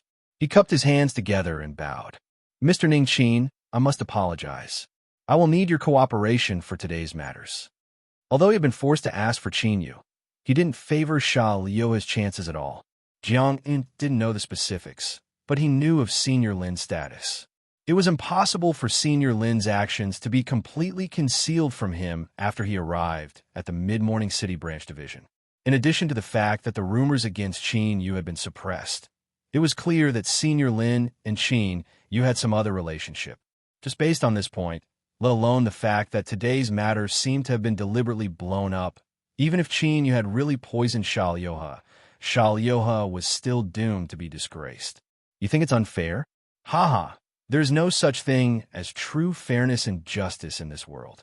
Thus, even though he knew that taking the initiative to greet Qin Yu with a smile in front of everyone would cause many people to have other thoughts, Jiang Yun couldn't care less.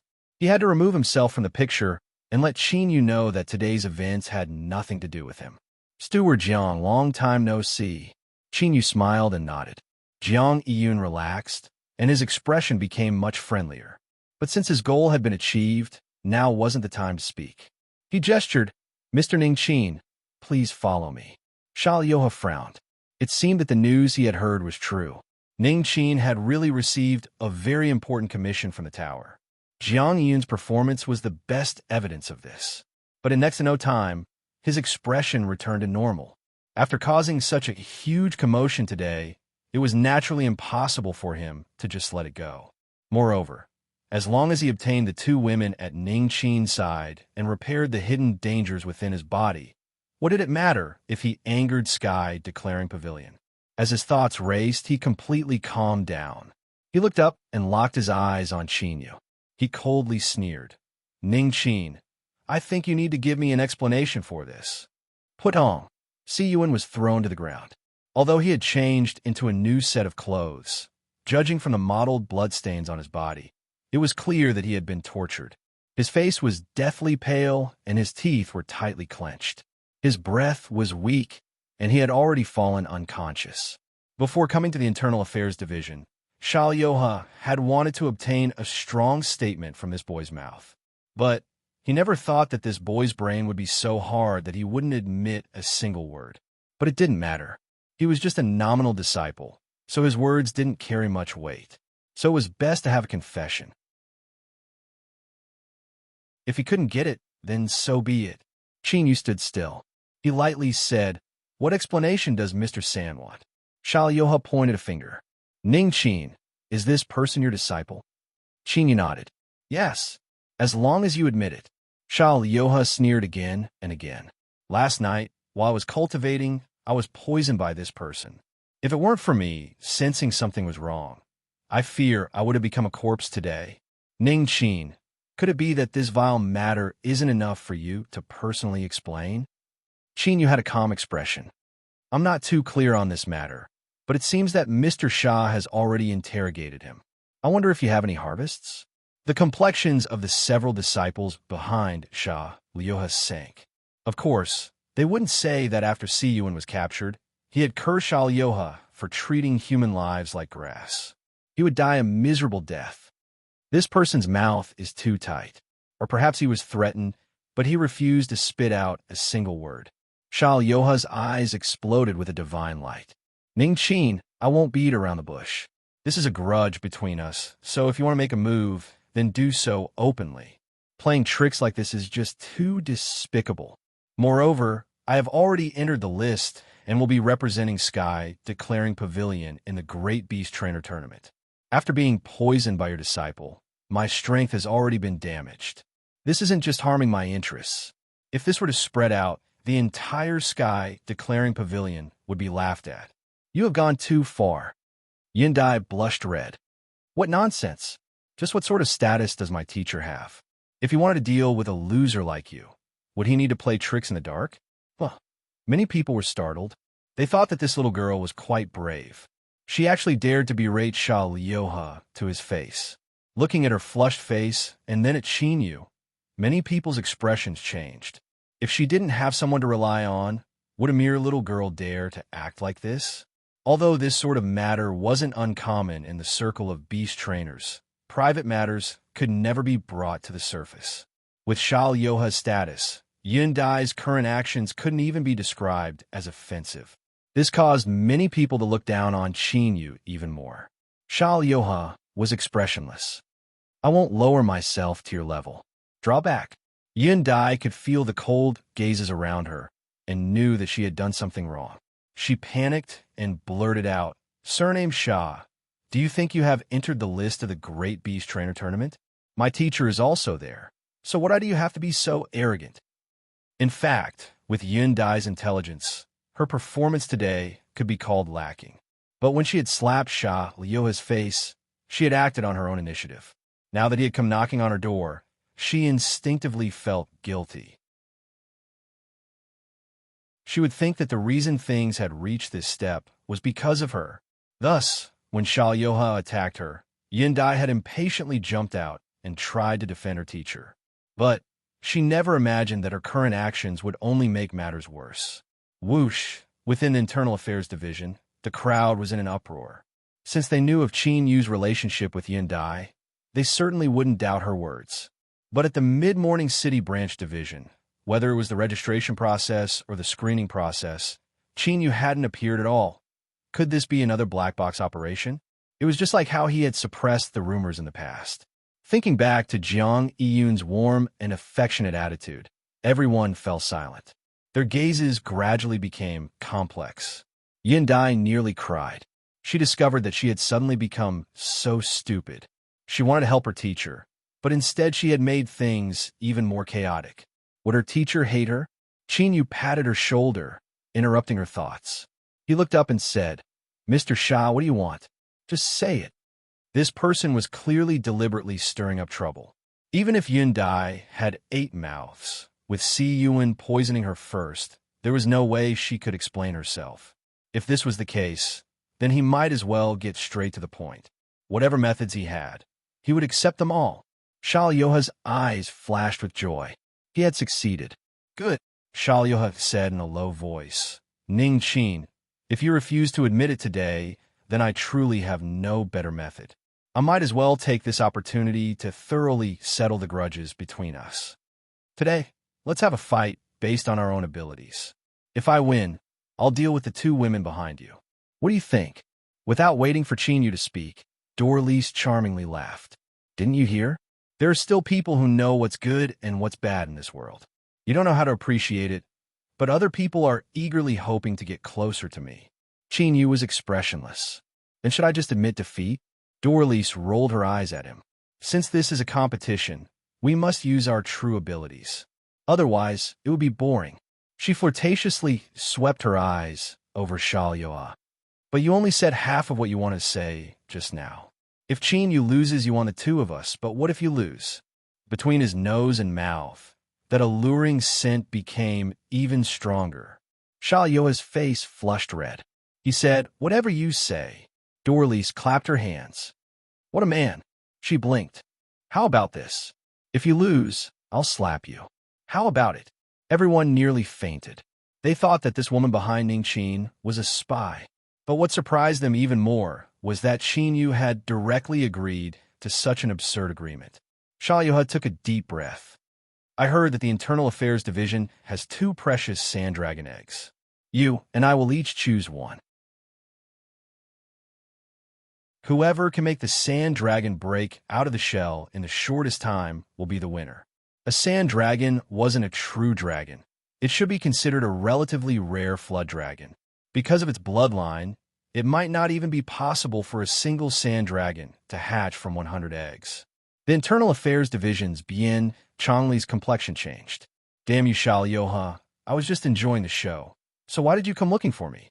But he immediately had a response. He turned and respectfully said, "Steward Jiang, what do you think?" Jiang Yun secretly sneered. He thought, "Shao Yoha, you really are seeking death. Do you really think you are fierce enough to defeat Ning Qin?" Jiang Yun swept his eyes over Qin Yu's calm face. He coughed and said, "If neither side has any objections, then let's do it this way." The 2 sand dragon eggs were soon taken out. Dorlice approached Qin Yu and breathed into his ear. "If you lose, you are dead." Yin Dai's complexion gradually returned to normal. She glanced at Shao Yoha and the others and relaxed. She was well aware that this surname Sha was seeking death. At almost the same time, Shao Yoha laughed inwardly. He thought, Ning Qin, no matter how fierce you are, you will still have to kneel today."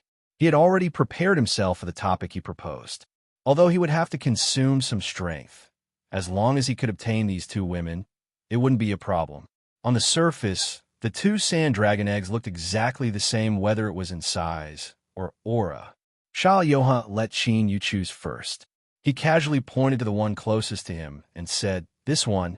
Shao Yoha sneered. "Then let's begin." Qin Yu nodded. But in fact, there was one thing that Dorlice was right about. He was still 108,000 miles away from becoming a true beast trainer.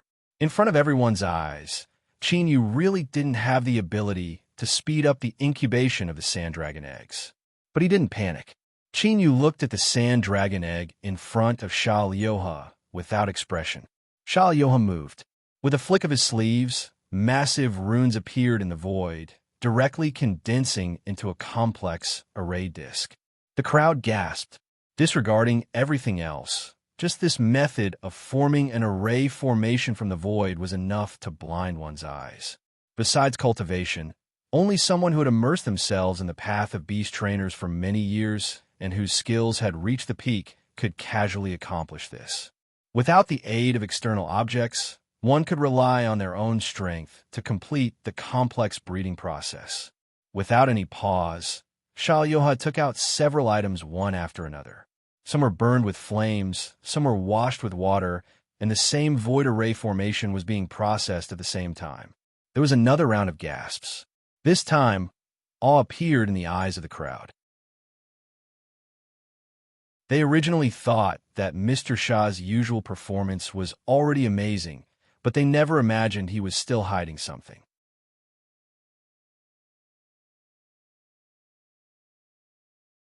Chapter 807.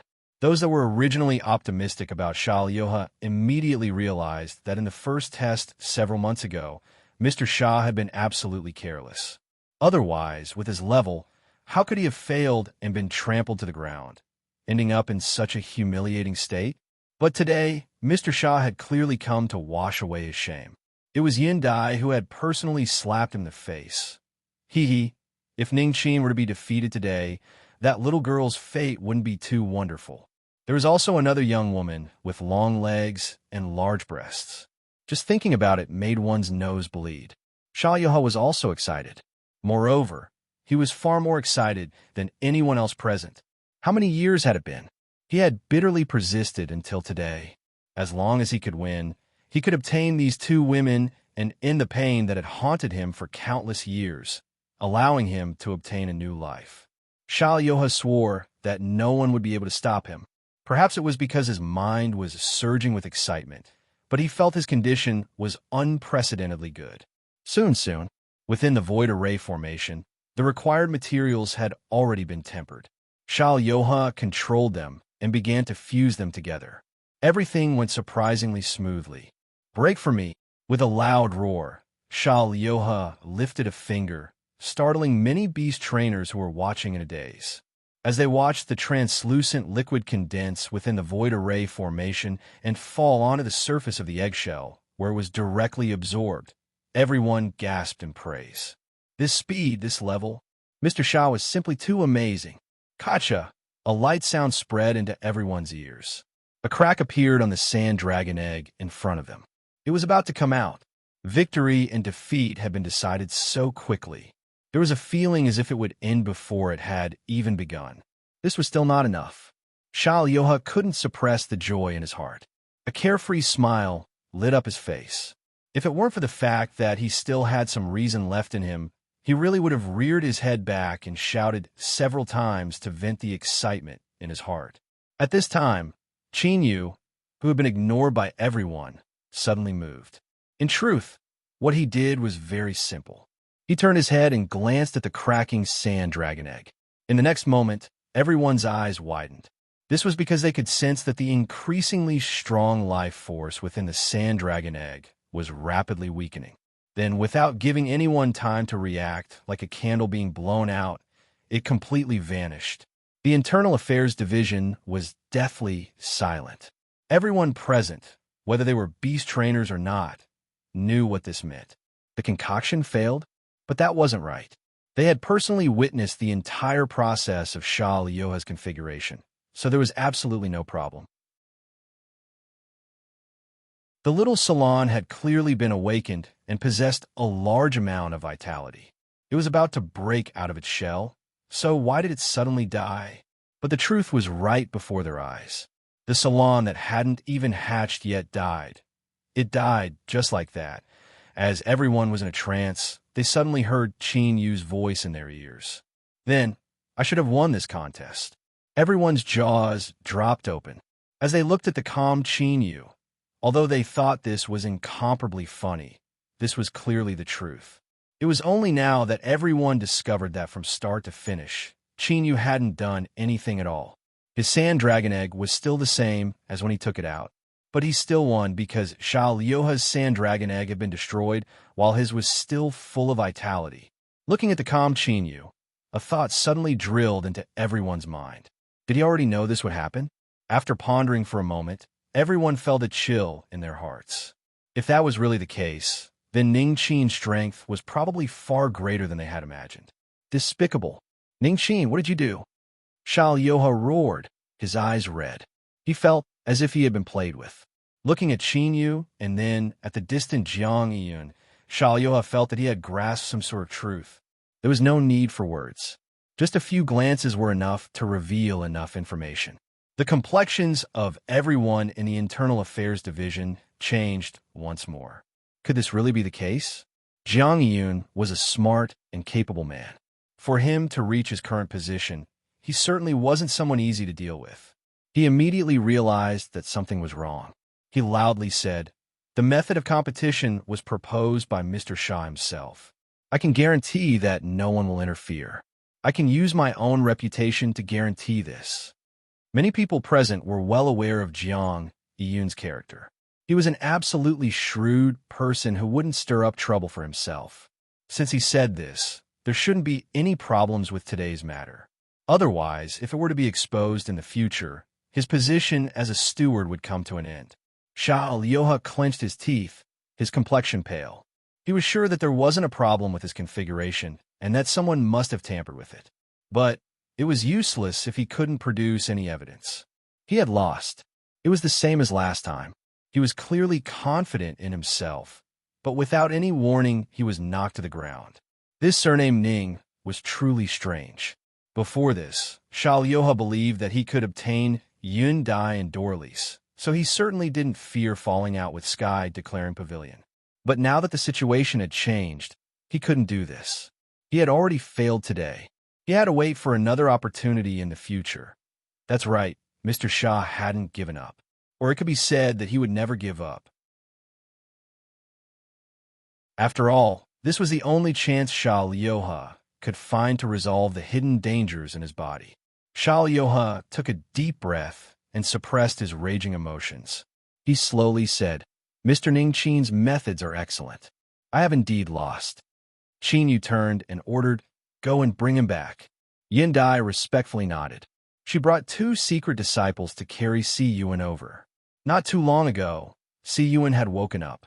As he looked at Qin Yu, his face was filled with shame and gratitude. "Teacher," he only shouted out once, not knowing what else to say.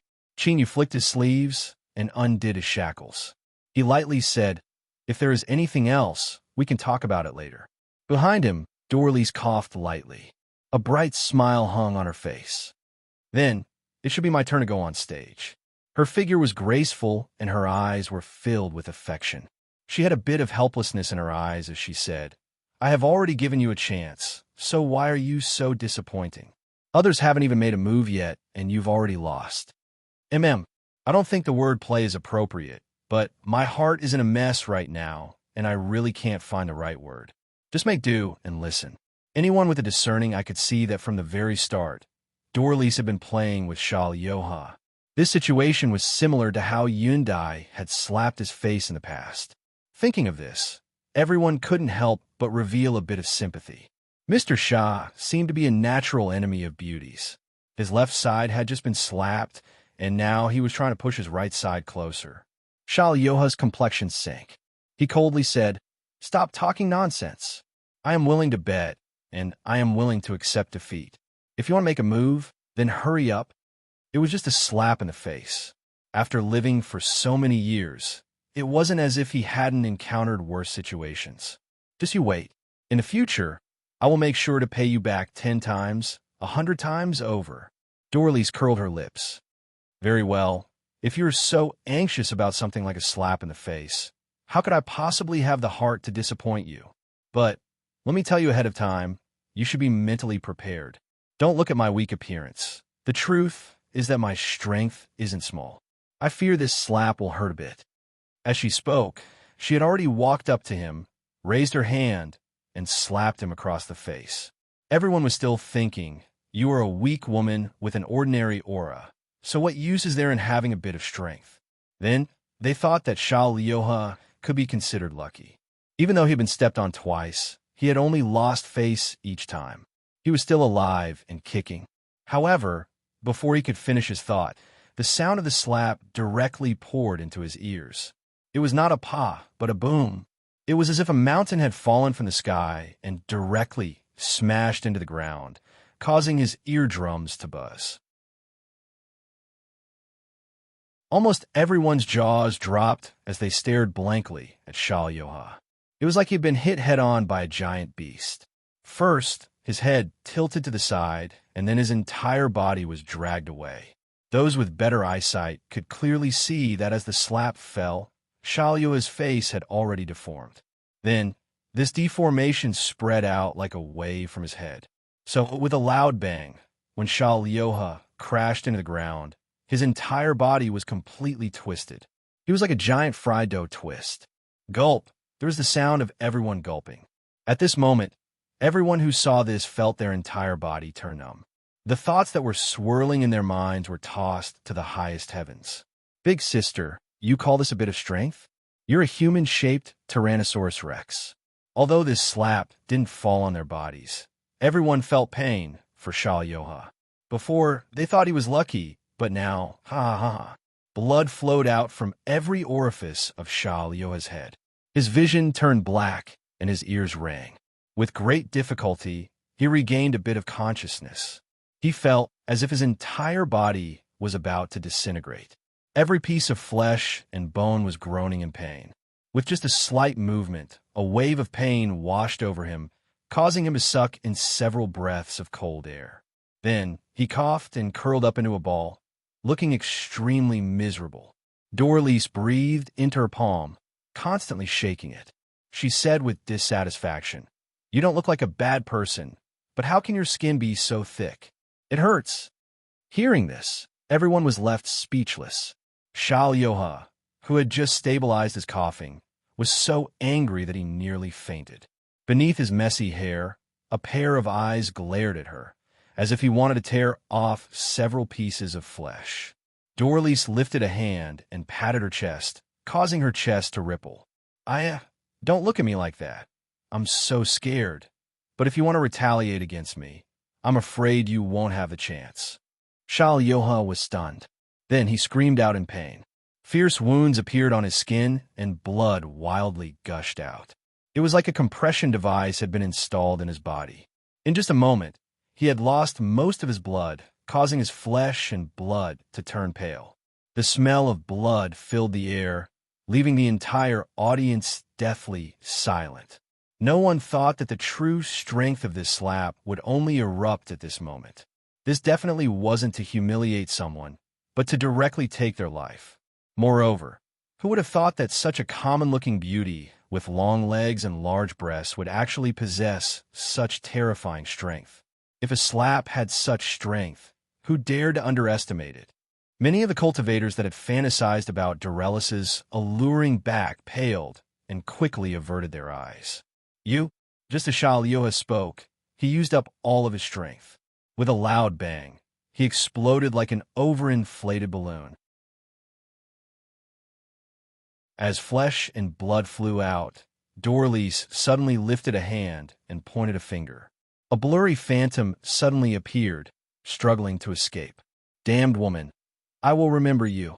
With a hateful roar, the phantom shattered and was annihilated. Dorlise withdrew her hand and frowned. This person had actually escaped using a method similar to an avatar. However, if he escaped, then he would escape. After today's events, even if he didn't die, he would still be severely wounded. By the time this person recovered, she might have already returned to her main body.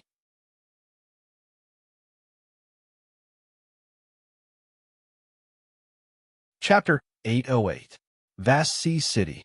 As the southernmost point of the vast continent, this great city bordered the endless sea. Because there was a massive amount of trade between land and sea, it became a dazzling pearl on the map. It was like a giant beast lying on the ground, swallowing up massive amounts of resources every day. On this day, a strange yet ordinary team arrived outside the city. There were 2 men and 2 women. The older one seemed to be a steward, the younger one was a concubine, and the one following behind should be a maid. The reason it was strange was because most of the people that came to Vast Sea City were merchants. Not only were their teams not small, but many of them had strong physiques and powerful auras. After all, there were some precious spiritual objects and sea beasts in the sea that couldn't be placed into storage magic tools. Purchasing them depended on one's ability, but taking the treasures away was the true skill. The reason it was ordinary was because during this time, there were many similar teams that had appeared in Vast Sea City. At a glance, one could tell that they weren't in this line of work. But there were very few people that dared to have ideas about these fat sheep. As they looked around, most of them had a bit of awe in their eyes. After smoothly entering the city, the four people, including the maid, didn't reveal the least bit of surprise towards the massive scale of Vast Sea City. They simply looked around and asked a few questions before choosing a lodge and stay in. It was just that when they checked in, there were some small twists and turns. When the group of four arrived, there were only 2 rooms left in the normally bustling inn. The young male host seemed a bit hesitant. The young woman with an extremely domineering figure and a charming smile smiled and said a few words in his ear. Then, she turned to the dazed shopkeeper behind the counter and told him that they wanted both rooms. He was instantly envious. With such a true appearance combination, it was clear that the rooms at night wouldn't be allocated in the manner of a man and a woman. Looking at Qin Yu and then at the mature and inexperienced women beside him, both of them were incomparably beautiful. The eyes of the surrounding men turned red. Before they could wipe away their drool, another wave of guests arrived. This time, it was 2 women. They wore opaque black veils on their heads, but just by looking at their figures, one could tell that they were absolutely beautiful women. Open a room. Sorry, there were no more. The 2 women were clearly a bit embarrassed. After hesitating for a moment, the shorter one said, "Shopkeeper, can you arrange something else? We sisters are very tired now. We really don't have the energy to continue running." This voice made people feel comfortable. The shopkeeper was not old, and obviously had not reached the stage where he could be as calm as a mountain. If he could help, he would definitely be happy. But no room was no room. The shopkeeper smiled bitterly, unable to help even if he wanted to.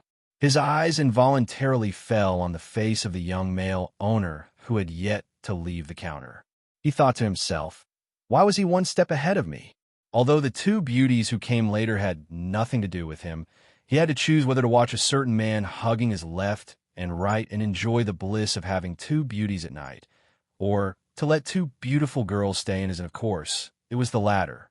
Needless to say, however, it was this subconscious glance that caused the 2 women waiting in front of the counter to misunderstand. They glanced at the man, and after a brief pause, it was the slightly shorter woman who said, "Sir, may I ask if you can give us a room? We are willing to pay double for the room." Qin Yu was having a headache over how to sleep at night. He absent-mindedly shook his head, but then his thoughts turned, and he suddenly thought of something. "I see. These 2 girls seem to be in a hurry. It's not good to be in a hurry." The beautiful concubine interrupted. "Didn't we agree to sleep together tonight? Also, that little girl died. I will be staying with us. If you give a room to someone else, how will Uncle Lin sleep at night?" She blinked her eyes. "Or are you interested in these 2 little sisters? Are you going to give them a room first and then do something else?" The complexions of the 2 women changed. The one who spoke took a step forward, but she was pulled back by the taller woman who shook her head. Qin Yu knew that his plan to give the room to someone else and use this chance to escape had failed. Otherwise, who knew what that woman Dorlice would do? He bitterly smiled and quickly pulled her away. If it was just like this, then it would be fine if they never saw each other again. But Dorlice had insisted on eating some seafood. When Qin Yu and his group went out to eat, they actually ran into those 2 women again. The taller one was fine, but even though the shorter one had a black veil covering her face, Qin Yu could still clearly feel her sharp, knife-like eyes. Well, this meal was even more tasteless than before. Finally, Dorlice ate her fill. As she passed by the 2 women, she lightly tossed out a few words. "Your chest is so small, and yet you dare to be so arrogant." These words nearly ignited a war. Luckily, the taller woman desperately pulled her back. But this time, her eyes also revealed a bit of dissatisfaction. Qin Yu pulled Dorlice back to their room. Old Lin had already bid his farewells. His task was to watch over Qin Yu, so he didn't care how Qin Yu would spend the night with these 2 women. "What's wrong with you? Why are you always targeting others? We don't even know each other." Dorlice narrowed her eyes. "Is your heart aching?" Black lines appeared on Qin Yu's forehead. What the hell was his heart aching for? Perhaps it was because he didn't have a good complexion, but Dorlise curled her lips. I just want to tell you that these two women are troublesome. In order to prevent you from going soft on them again, I have no choice but to offend them ahead of time. Seeing Chin Yu's unconvinced expression, Dorlise lifted a hand and pointed at herself. Don't be in such a hurry to deny it. I am the best evidence. Chin Yu averted his eyes. It wasn't because he felt guilty, but because that crazy woman Dorlise hadn't placed her finger in the right place. Most of her finger had sunk in. It could be seen just how high and elastic it was. Yin Dai, who was standing in the back, rolled her eyes, thinking that this hateful woman was at it again. On the way here, she had been showing off her figure a lot, trying to seduce her teacher. Although her teacher remained unmoved, who knew how long he would last. After all, putting aside prejudices, even though she was a woman, she couldn't help but feel her body heat up when she looked at this vixen. Yindai felt hopeless. She couldn't defeat her, and her figure couldn't compare, but she wouldn't give up. Perhaps her teacher liked someone like her who was a bit too young and inexperienced. Chinyu didn't ask Dorlise how she knew. Those two women represented trouble. He had also smelled the faint scent of blood. After leaving behind a "don't cause any more trouble," he sat in front of the round table and closed his eyes to think. This time, he had brought Dorlise, Yindai, and Old Lin to Billowing Wave City. The reason was simple. What he was about to do next would surely anger the Beast Trainer Alliance if there was an accident. Digging up a grave? No one would be able to endure something like this. Thus, in order to avoid bringing trouble to Sky Declaring Pavilion, Chin Yu's proposal to change his name and participate in the competition was easily approved. Of course, the matter of forging an identity was naturally handed over to Sky Declaring Pavilion to handle. Chin Yu didn't know the specifics, but what he had in his hands was a proper background record. His name was Chin Yu, and he was a concubine descendant of a prominent family in the Western Tomb region, the Qin family. His identity was real, and he did indeed have the qualifications to participate in the competition. As for how Sky Declaring Pavilion accomplished this, he had no idea. Now, the four of them appeared in Vasi City. The reason was simple. The departure point designated by the Beast Trainer Alliance was here. Participants with backgrounds and influences could choose to go by themselves. As for a scattered beast trainer like Chin Yu, with his current identity, he could only obediently follow the requirements of the Beast Trainer Alliance and take a ship to the designated location. Since he had changed his identity, in order to avoid unnecessary trouble, he had to put on a complete act. Dorelis's eyes flashed. She turned and walked outside. I'll give you two some time to be alone. Little Dai, don't say that Big Sister didn't give you a chance. If you can push down that fake teacher of yours during this time, then Big Sister won't come back tonight. I'll give him to you. How about it? Big Sister is generous, right? As she spoke, she left behind the blushing Yindai. With a wave of her hand, she pushed open the door and left. Dorlise attracted many gazes as she left the inn. She wandered around the streets aimlessly, stopping from time to time to buy some small things. Just as she was standing outside the stall, looking at a mask made of seashells glued together from the sea with great interest, a middle-aged man with a face full of wrinkles appeared beside her. He smiled apologetically and said, "Madam, I guess you are accompanying a lord to attend an important event. We have some important information here that might interest you." Dorlise turned around, a look of surprise on her face. "What are you talking about?" The middle-aged man lowered his voice. "There's a lot. For instance, the examination questions of the competition, as well as the personal information of the examiner in charge of the examination, their preferences, and so on." Dorlise gasped and quickly covered her mouth. Really? The middle-aged man smiled brilliantly. "Of course it's true, but this isn't a good place to speak. Madam, if you are interested." A moment later, the two of them arrived at a courtyard hidden deep in a long alley. There were already many people waiting inside. When they saw the two of them, they all stood up. "Hey, is this the place you wanted to bring me to?" Dorlise glanced at the courtyard door that was closed and then swept her eyes over the crowd. There were men and women, as well as several children. At this time, all of them were staring at her with wide eyes. The middle-aged man leading the way didn't answer. He looked at an old man across from him. This old man's eyes were closed, and he held a black stone in his hand. Shwa, the old man opened his eyes. Within his cloudy eyes, there was a hint of joy. He slowly nodded towards the middle-aged man. He was right. The middle-aged man turned to look at Dorlice. His lips moved, and he said, "My clan member that was left outside, you have suffered all these years. But don't worry. Since we found you here, no one will be able to bully you in the future."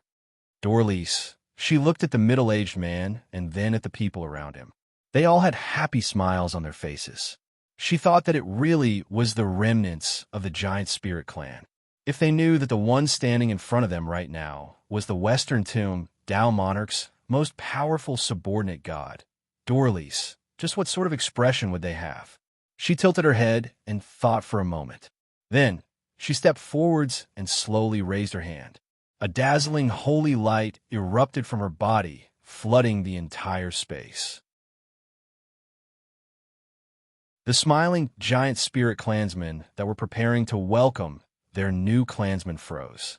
Holy light, after being hunted down by the Western Tomb divine officials for countless years, the hatred and fear of this power had already seeped into the bones of every giant spirit. This was a trap. The middle-aged man that brought Dorlice back was instantly filled with pain and remorse. He roared out loud, "Hurry and run." Crackle. His bones and flesh exploded and his body rapidly grew. In the blink of an eye, he reached 40 to 50 feet tall. If it weren't for the array formation covering the courtyard, he would have already been seen by the people outside. He lifted a hand and punched out. The wild strength caused the air to scream, but in the next moment he was sent flying away.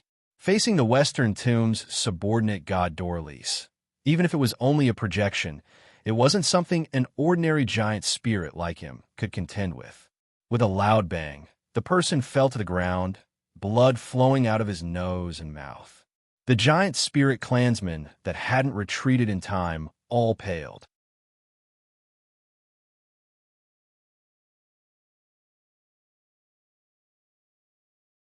Chapter 809. The holy light was like a tide that enveloped all the members of the giant spirit realm, instantly sealing the blood fluctuations in their bodies. After chasing them for hundreds of thousands of years, the divine officials of the Western Tomb had racked their brains in hopes that they could eliminate the Dragon City Master. What Dorlice was using now was a divine technique that specifically targeted the giant spirit race. If an ordinary Western Tomb divine official were to use it, they would at most be able to suppress the giant spirit race to a certain extent. But these people had bad luck. With Dorlice's level, she was able to completely suppress them.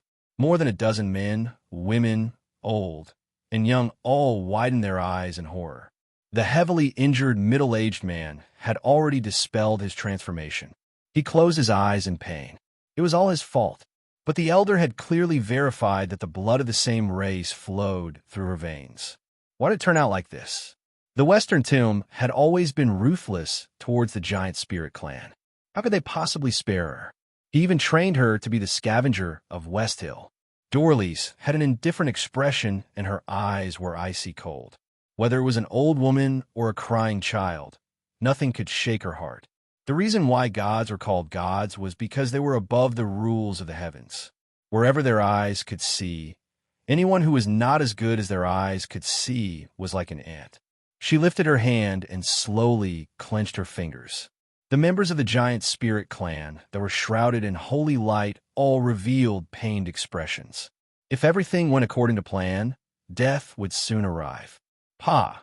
The courtyard doors were pushed open from the outside. In the next moment, the suffocating pressure that had suffocated the giant spirit clan quickly receded like a tide. Having escaped from death, they gasped for breath and subconsciously looked at the door, at the figure who had saved them. Dorlice turned around, the indifference in her eyes and face disappearing. She covered her mouth and giggled. "Io, this young man's tailing skills are quite good. This big sister didn't even notice you at all." Chinyu frowned. He slowly said, "Give me some face and don't make things difficult for them." Dorlice blinked her eyes. You're soft-hearted just like that? Don't forget that time. Chinyu took a deep breath. I said, don't make things difficult for them. Dorlice paused for a moment and then turned to leave. All right, this big sister will certainly agree to your request. However, these people better not appear in front of me again. Then a small voice sounded out in his ear. Chinyu, you owe me another favor. Remember this. Chinyu's expression didn't change. He swept his eyes over the panic-stricken giant spirit clan members and said in a low voice, all of you leave immediately. With that, he turned around and left. The members of the giant spirit clan who survived were still a little dizzy. Who was the man who came later? How could he make the scavenger of the West Hill show mercy? Moreover, why did he help the giant spirit race? They couldn't find the answer, but this didn't affect the giant spirit race clansmen in the courtyard. They left in the shortest possible time. They had to inform their clansmen of what had happened today as soon as possible to prevent any more clansmen from being exposed. One in front and one behind. Chinyu and Dorlice silently walked forwards. It wasn't until they entered the inn's room that she turned around and sneered. Why are you following me so eagerly? Are you afraid that I'll turn around and kill them again? Chinyu lightly said. They have already left. Dorlice walked past her and sat down. She fetched a teacup and filled it, but it was immediately snatched away by a small hand. Dorlice angrily drank it all in one gulp. She slapped down the teacup. Consider this your apology to me. Chinyu was expressionless. He picked up another teacup and quietly sipped on it. Yundai walked over, holding a hot towel in her hands. Teacher, wipe your face. Her small eyes swept over Chinyu, and a smile appeared on her face. It seemed that this woman had suffered a setback at her teacher's hands. How satisfying. Dorlice lifted a hand, and the towel fell into her hands. Little Dai, did you see this? Is this called charm? As soon as this big sister went out for a little while, your teacher impatiently chased after me. So, to see that you're still in a mood to smile, this big sister is really worried for your brain. If possible, remember to top up your account. Yundai clenched her teeth, her face white with anger. Chinyu secretly sighed. Indeed, when it came to a war of words, even 3 Yundais added together weren't Dorelice's match. Nothing happened that night. Chinyu sat on a chair the entire night, with Yundai beside him. Dorlice occupied the large bed. She shouted dozens of times that she was lonely and cold, that she wanted someone to warm her bed, and so on, but no one paid any attention to her. At dawn, Chinyu got up and opened the window. He turned his head and saw Dorlice sleeping on the bed without a care in the world. Her long white legs were almost completely exposed.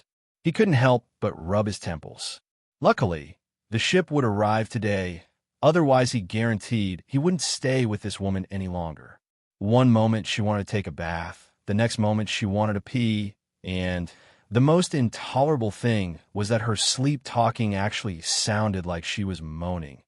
This was truly strange to the extreme. Elder Lin was already waiting in the hall. After Chinyu's group of 3 left, they ate a bit of breakfast and then left. Coincidentally, this was the 3rd time they met the 2 women who had asked them for a room. Chinyu could even see the shorter woman's chest heaving up and down as she gasped for breath. It was clear that yesterday's words about Dorelice's small chest had an astonishing killing power. And what was even more coincidental was that looking at the direction they left in, they should both be going to the pier. Chinyu secretly guessed that these 2 women were likely going to board the Beast Trainer Alliance's ship. The pier was extremely lively in the morning. After mixing in with the flow of people, the 2 women soon disappeared from sight. With Elder Lin leading the way, they soon found the boarding point. There were already many people gathered here. Although they didn't speak, it was easy to tell who they were from their temperament. Dorlice moved closer to Chinyu's ear and whispered, Hey, there are so many people here, but you don't look like a beast trainer the most. Chinyu sneered inwardly. What nonsense was she spouting? How did he not look like one? He didn't look like one at all. Elder Lin turned around. Mister, let's wait here. The ship will arrive soon. Chinyu nodded. At this time, he felt his back heat up as if someone were viciously glaring at him. Yu turned his head and frowned, a bit speechless. It was those two women again, but this time, they had clearly found their companions. Three young men surrounded them. Looking at their dignified and elegant appearances, they were like peacocks spreading their feathers. When the petite woman met Yu's eyes, she didn't panic at being discovered. Instead, she fiercely glared at him and turned her head to say something. The three young men looked up one after another. Although their expressions were arrogant and their eyes were filled with disdain, Yu believed that he wasn't mistaken. Their eyes were filled with jealousy. That's right. Compared to Dorlise, although those two women were beautiful, the disparity in their figures was obvious. Hee. Yu, do you think you have a lot of face by bringing me with you? How about it? Do you want to touch me? Let Big Sister tell you. I've already tried it, and it feels quite good. Yu's face stiffened. Dorlise moved even closer. Big Sister is being serious. Look, this body isn't mine anyway. If you want it, I don't have anything to lose. Perhaps if you touch me, and I'm happy, I'll give you a little something to eat. Let's talk about it. Yu took a step back. He immediately decided not to say anything to her. Shameless fox spirit. Shui cursed in a low voice. Her big sister, Shui Qingqing, pulled her back. That's enough. It's not like there's any deep hatred between us. It's just a few words. Don't care about it. Big sister. Ever since she was a child, she had always wanted to be stronger than others. But things like breasts that were big or small weren't things that could be controlled by humans. Indeed, there were some methods that could make her breasts puff out. But Shui disdained such unnatural things. But the more it was like this, the more she cared about her breasts. In a situation where Dorlise didn't know about this, she had ruthlessly poked at this little girl's sore spot. Of course, even if she knew, Dorlise wouldn't be lenient. She would likely use even more force. The three young elites glanced at each other and spoke words of comfort. They said that second Miss Shui was magnanimous and there was no need to lower herself to the same level as this person. They also said that they were all proper beast trainers. As long as their luck was good this time, they could find a famous teacher to be their disciple, and their future prospects would be limitless. There was no need to argue with this sort of person. As the sun rose into the sky, a thunderous roar echoed out from the depths of the sea. Then, at the end of the horizon, the thick sea fog violently tumbled, and a large ship broke through the fog. The ship had arrived. All the cultivators waiting here were startled. They all looked up. The ship was fast. As it approached, everyone could see it more clearly. Many people sucked in a breath of cold air. The ship's hull should have been jet black at first, but its surface was now covered in a large patch of dark red. The sea breeze carried with it a faint smell of blood. When combined with the dark red color, there were large patches of repair marks, as well as all sorts of giant claw marks. This caused everyone's hearts to shiver and a cold chill to rush into their heads. This ship had clearly experienced countless fierce battles in the past. As the ship drew closer, everyone on the shore could see the sailors standing on the deck. Their expressions were firm and resolute. They stood on the deck, allowing the wind and waves to blow against them. It was like their feet had taken root, not moving at all. Near the pier, the busy ships seemed to recognize the origin of this ship. They all drew back and opened up a path that led straight to the pier. At this time, countless eyes gathered on the ship. As they looked at the ship that broke through the fog, awe filled their eyes. A flag was inserted at the top of the ship, fluttering in the sea breeze. Black with white lines. The lines wove together, forming a jade cup. This flag represented one of the most formidable influences in the world, the Beast Trainer Alliance. Drop the anchors! With a loud shout, for giant anchors at the bow and stern of the ship began to rumble as they pulled on the chains and smashed into the depths of the sea. 6 decks were lowered and landed on shore. A blind, bearded man in black armor stood at the bow of the ship. He coldly swept his eyes over everyone. Use your ticket to board the ship. Anyone that tries to bluff their way through will be severely punished. Without any nonsense, they began to check in and board the ship. Yu subconsciously glanced at the two women. He didn't know if it was an illusion, but he suddenly felt that the two of them were very nervous. Someone looked up. This time it was the taller woman. When their eyes met, Qin Yu's heart stirred. She really was nervous. Qin Yu didn't know why, but his intuition told him that something interesting was about to happen. They smoothly checked in and boarded the ship. With Sky declaring pavilion's preparations, there naturally wouldn't be any problems. Just as he stepped onto the deck, there was a sudden uproar from another deck, mixed with the panicked voices of young men. "Where's my ticket? Hurry up and look. Where did we put our tickets? Hurry up and look. Where did the three of us put our tickets?" In the chaos, Qin Yu could clearly see two women holding hands as they boarded the ship from another deck, blending into the crowd and vanishing from sight. In the end, three unlucky fellows who lost their tickets were thought to be deliberately causing trouble. They were ruthlessly beaten up by the sailors and thrown into the sea. Qin Yu was expressionless. He thought that they really were two troublemakers.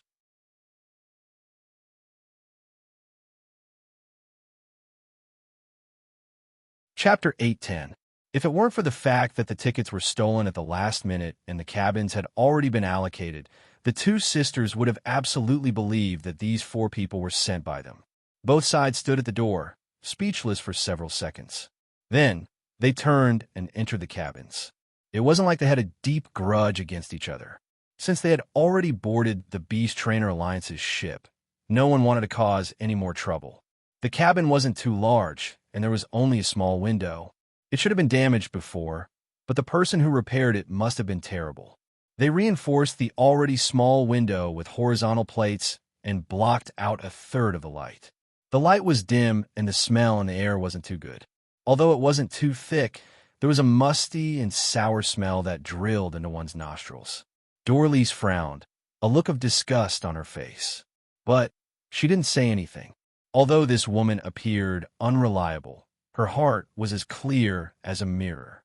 The only comforting thing was that the cabin wasn't small. There were several separate rooms inside, more than enough for 4 people to live in. Qin Yu thought this was the best.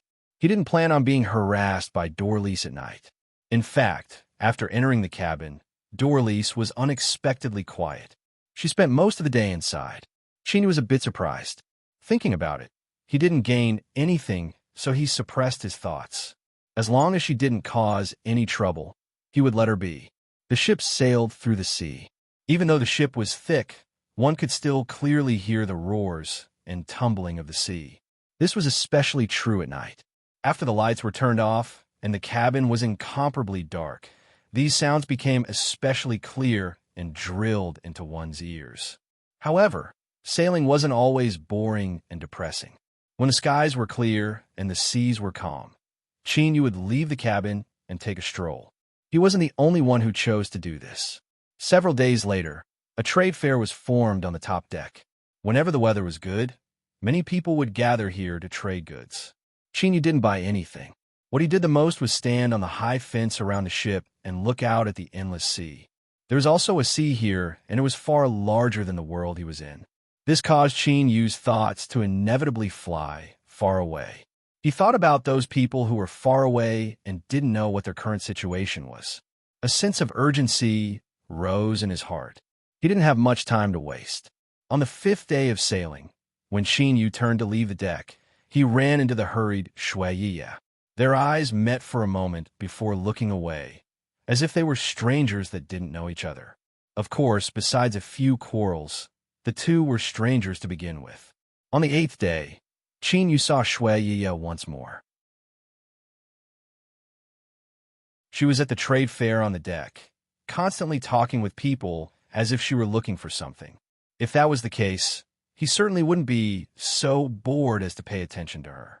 If that was the case, Qin wouldn't be so bored as to care about what she was doing. The black-robed man at the corner, as well as the man and woman at the 3rd stall on the left, even though the 3 of them acted normally, their constant glances made it clear that their target was this woman. Thinking about it, if it weren't for the fact that they were on the Beast Trainer Alliance's ship and didn't dare to act recklessly, they would have already attacked. On the 11th day, Qin Yu saw Shui Yiya once more. Although she wore a black veil over her face, he could still feel her anxiety. As he thought about how the other woman by her side hadn't come out at all during this time, as well as the smell of blood he smelled when they first met, Qin Yu fell into deep thought. Of course, he was only a bystander. As long as he wasn't implicated, he wouldn't do anything. On the 14th day of sailing, night, after the lights were extinguished, the cabin fell into darkness. Qin Yu leaned against the headboard, quietly thinking about some matters. Ever since he came to this world, he had been constantly on the move and busy. These 10 or so days of idleness allowed him to sort out his gains during this period of time and make some basic plans for the future. Suddenly, Qin Yu frowned. His consciousness left his thoughts, and he sat up, a dignified expression on his face. Pushing open the door, Zhang Xian activated the illumination formation and saw Elder Lin walking out of the cubicle opposite him with a grim look on his face. As their gazes met, they both realized something was wrong. Today, the sea seemed a bit too quiet. The illumination formation was reactivated, causing Yundai to wake up from her cultivation. She had a puzzled look on her face. "Teacher, what is it?" Before Qin Yu could answer, Dorelis's lazy voice sounded out from behind him. "The sea is too quiet tonight. This isn't a good omen." As she spoke, she yawned. She lifted her arms and stretched her waist. Her dress immediately stuck to her body, drawing out curves that made one's mouth go dry. Elder Lin's pupil shrank. His eyes fell on Dorlis, revealing a bit of seriousness. This mysterious woman was likely an unstable factor. Even with his cultivation and eyesight, he still couldn't see through her depths. As if sensing something, Dorlis looked up. Their eyes met, and after a brief pause, they both looked away. Qin Yu took in all of this, but he had no intention of interfering. Whether it was Dorlis or Elder Lin, although these two people were kind to him, they both had their own unspeakable reasons for doing so. They feared and restrained each other. To Qin Yu, this was actually more advantageous. Perhaps to confirm Dorelis's words, the peacefully moving ship suddenly shook. This sort of situation was common at sea. It could be caused by a slightly larger wave. But compared to the previous quietness, the shaking was particularly obvious. In addition to Dorelis's words, Yundai's complexion changed. Before she could say anything, another shaking occurred. This time, it was much stronger than before. One could clearly see that the entire ship was moving up and down. It was as if a bugle horn had been blown, and the roar of the sea suddenly became violent. The loud rumbling sound penetrated the hull of the ship and drilled into everyone's ears. Elder Lin said in a low voice, "Something has happened." He frowned, a heavy look in his eyes. The Beast Trainer Alliance's headquarters was located at Starfall Archipelago. They had already signed a non-aggression pact with the various sea races. But tonight's great waves were clearly being pushed by some existence in the dark. Elder Lin could smell a faint monster energy in the air. The alarm sounded. Dense and steady footsteps sounded out from all directions. The sailors had faint expressions as they rushed to their respective positions. Although the sea routes had been much calmer these past years, the battles with the sea creatures had never stopped. They were all experienced elites. In the face of this sudden situation, they didn't panic at all. "Everyone stay in your cabins. You are not allowed to leave without permission." A loud shout spread through the entire ship. Qin Yu recognized this voice. It was the blind, bearded man who had appeared once during the ticket inspection. Hum! Hum! The ship began to shake, and one formation after another was activated. Thick spikes protruded from the hull, and huge horns protruded from the bow and stern of the ship. Rocking in the huge waves, the ship was like an awakened beast baring its sharp and ferocious claws and teeth. Suddenly, the tumbling sea water shattered and a massive shadow flew out, brazenly slamming into the ship. Bang! With a loud explosion, the ship's course suddenly changed by several degrees. Large sections of the hull broke apart, and black ironwood fragments that were dozens of times harder than stone shot out in all directions, riddling the bodies of over a dozen sailors. Puff puff! Blood wildly sprayed out, and their bodies slumped to the deck. The smell of blood in the air thickened. King Level C Beast. Hurry, activate the defense plan. Everyone on deck, retreat to cover. Screams rose up. The calm and steady sailors couldn't hide the panic in their voices. Those hiding in the cabins couldn't see what was happening outside, but they could hear the sounds coming from the deck, and they could guess that the situation wasn't good. All of them tensed up, without giving the sailors time to retreat. Two more massive shadows tore through the seawater. Bang! The entire ship was struck sideways and collided with several large waves. This time, the cabins closest to the deck were unlucky and they were directly torn apart. Everyone could clearly hear the pitiful and desperate screams of men and women as they died. But the ones who suffered the greatest casualties were the sailors who weren't covered. They were the most elite maritime warriors, but what they faced now was a formidable existence that they couldn't contend with. The bearded man roared and stomped heavily on the deck. Bang! A big hole appeared on the deck, and a powerful force pushed him up into the sky. He held the black giant axe in his hand and fiercely chopped towards a black shadow that was whipping towards him. With a loud bang, Big Beard was sent flying back. Along with him fell a huge tentacle that was so thick that it would take 10 people to wrap their arms around it. It fell on the deck, but did not lose its vitality. Like a giant snake with its head cut off, it rolled around crazily, smashing the reinforced wooden stakes and crushing a few sailors into minced meat. Death and blood stimulated the sailors' ruthlessness. They didn't run away. Instead, they surged forwards, soon submerging the severed tentacle.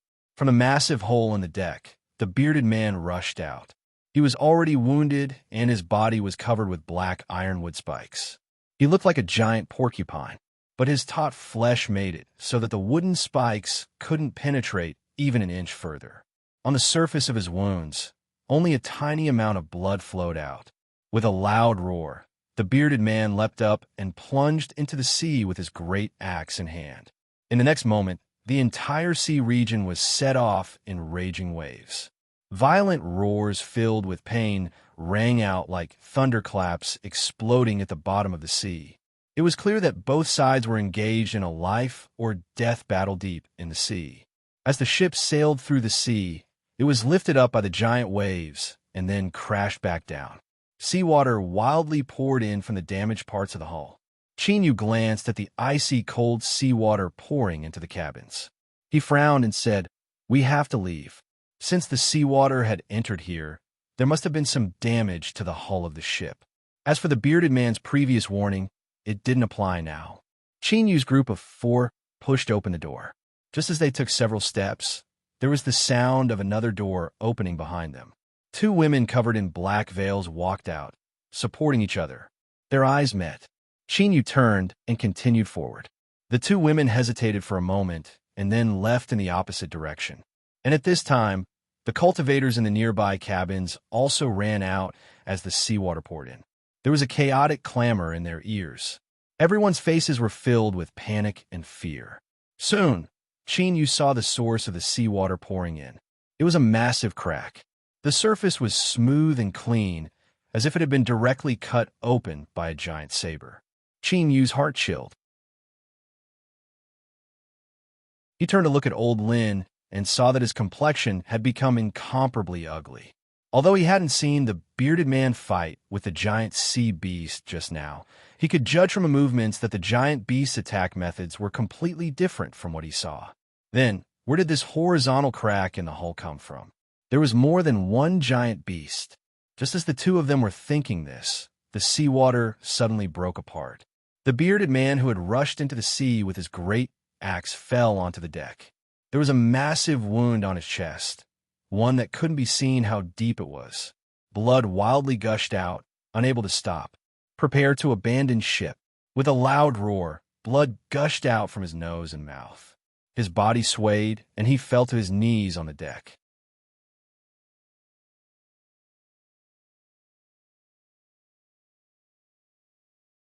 Chapter 8:11. The cultivators that ran onto the deck were stunned for a moment before they paled. Bang! A giant shadow smashed into the deck. Even though there was an array formation blocking it, several unlucky fellows were instantly crushed into meat patties. Run! With screams, People rushed out from the cabins and wildly ran in all directions. But soon, they fell into despair. This was because the cultivators that ran at the front of the ship didn't even disappear from sight before they fell into the sea with miserable cries. These people's chests were pierced through by thick spikes. Today, there were 3 giant beasts that attacked the Beast Trainer Alliance's ship. The situation had completely spiraled out of control. The giant beasts hiding in the sea had used a scheme to eliminate the only threat on the ship. Then, they no longer continued to hide themselves. 3 giant shadows emerged from the sea. 6 icy cold eyes locked onto the ship and all the cultivators on board. But what happened next was unexpected. The giant beasts didn't launch another slaughter. Several thick and powerful tentacles reached out, pulling the battered ship into the darkness and into the unknown. It wasn't that no one tried to escape, but that anyone that dared to leave the ship would be exterminated by an invisible force. After several waves of cultivators were eliminated, no one continued to show themselves. Everyone drilled into the cabins, hiding under the flashing array formations. Their faces were pale as they waited for their fate to be judged. Qin Yu's complexion was ugly. He thought that because things had been going too smoothly before, his luck had been emptied out. With Senior Lin, Dorlice, and himself, even if the 3 deep-sea giant beasts outside were strong, it wouldn't be difficult to escape. But once he did so, his identity would inevitably be exposed. If he wanted to participate in the competition as scheduled, he feared it would be impossible. As Qin Yu's thoughts raced, his heart fiercely shrank. He reached out a hand and pushed Yundai away. In the next moment, the cabin shattered. Qin Yu drew back to avoid being sucked in. Walala, black seawater appeared in front of him. Strong winds brought with them the pained and angry roars of the great beasts. Qin Yu grabbed onto a wooden stake to stabilize himself. He narrowed his eyes and looked up.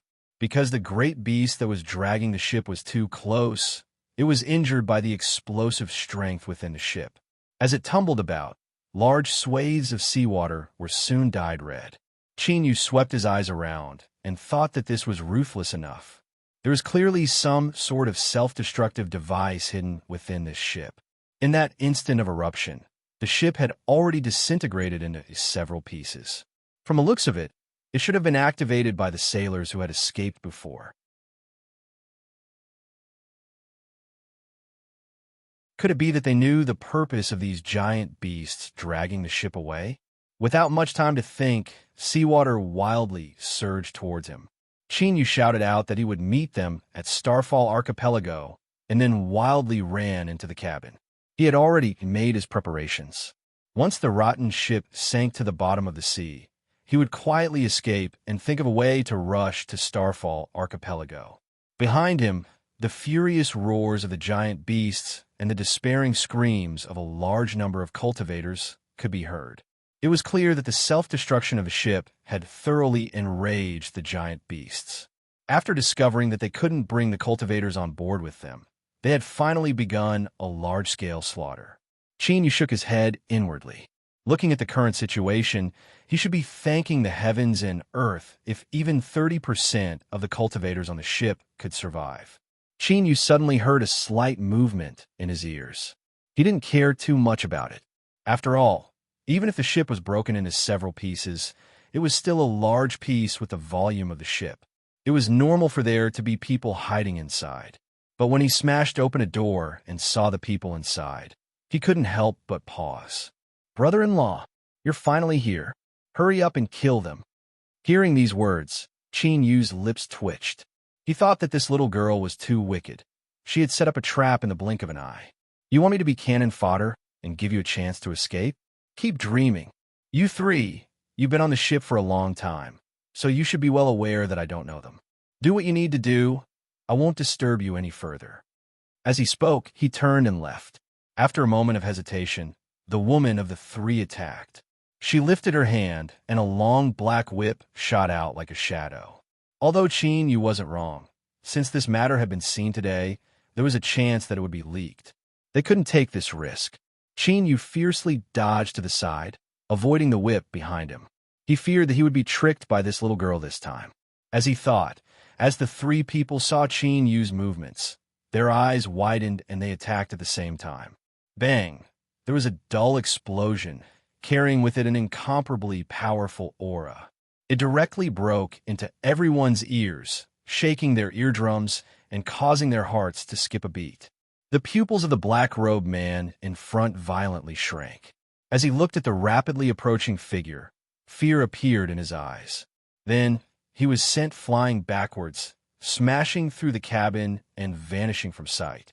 The man and woman behind him paused, but since they had already attacked, it was impossible for them to stop midway.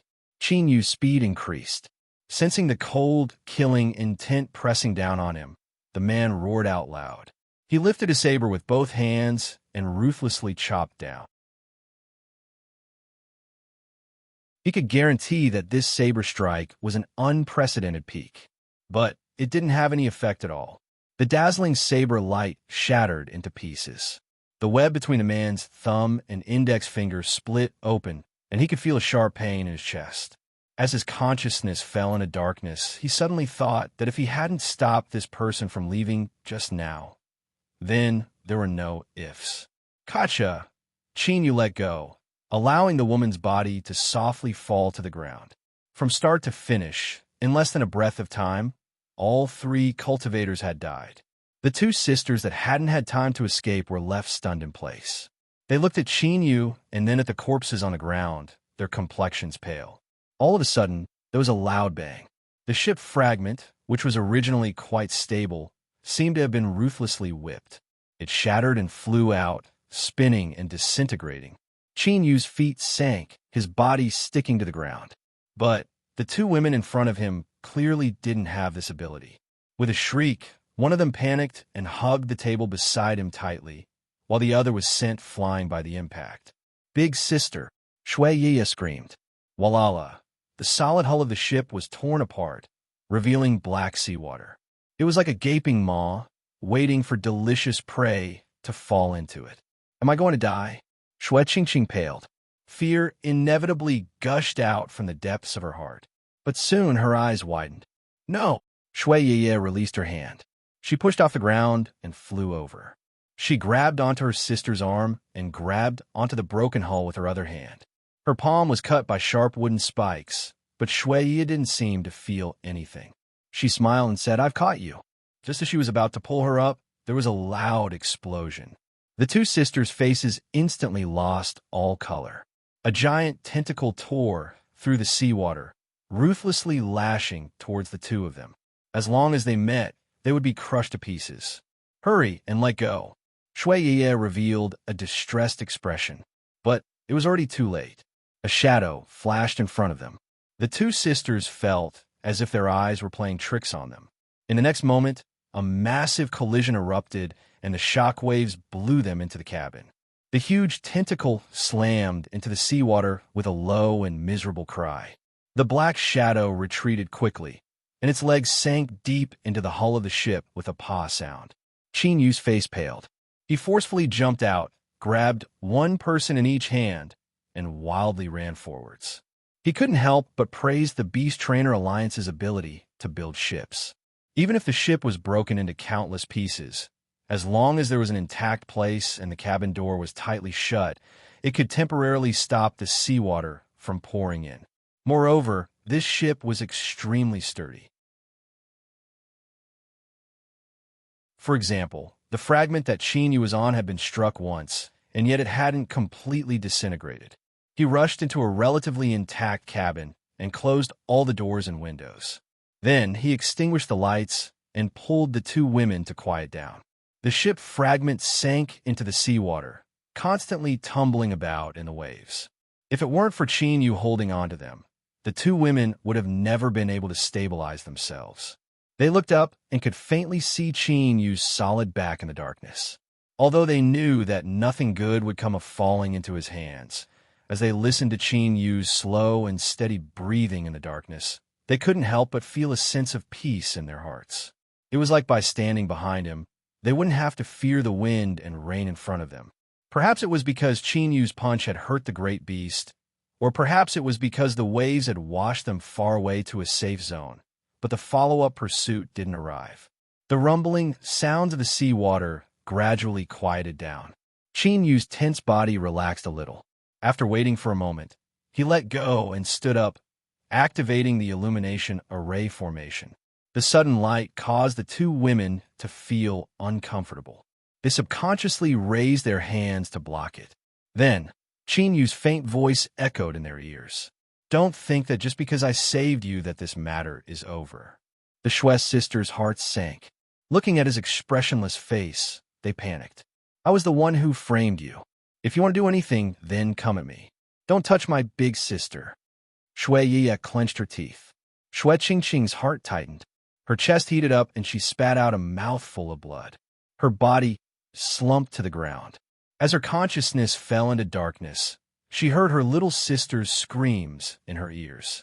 Looking at Shui Yi holding onto her big sister and crying in front of him, Qin Yu revealed an embarrassed expression.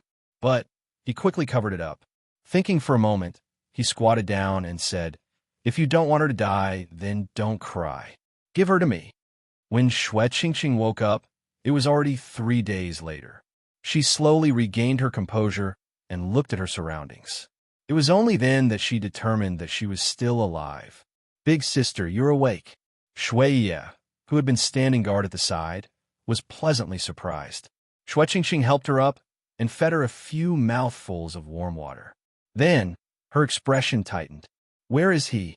Shui Qingqing was startled. She lifted a hand and pointed to the open cabin. Big Brother Qin went outside. "Big Brother Qin?" Shui Qingqing's complexion changed. She grabbed onto her little sister's hand. Did he bully you?" A single man and a single woman, above the boundless sea and in this sort of semi-enclosed environment. Qin Yu hadn't killed them and had even saved her. Of course, this wasn't without a price.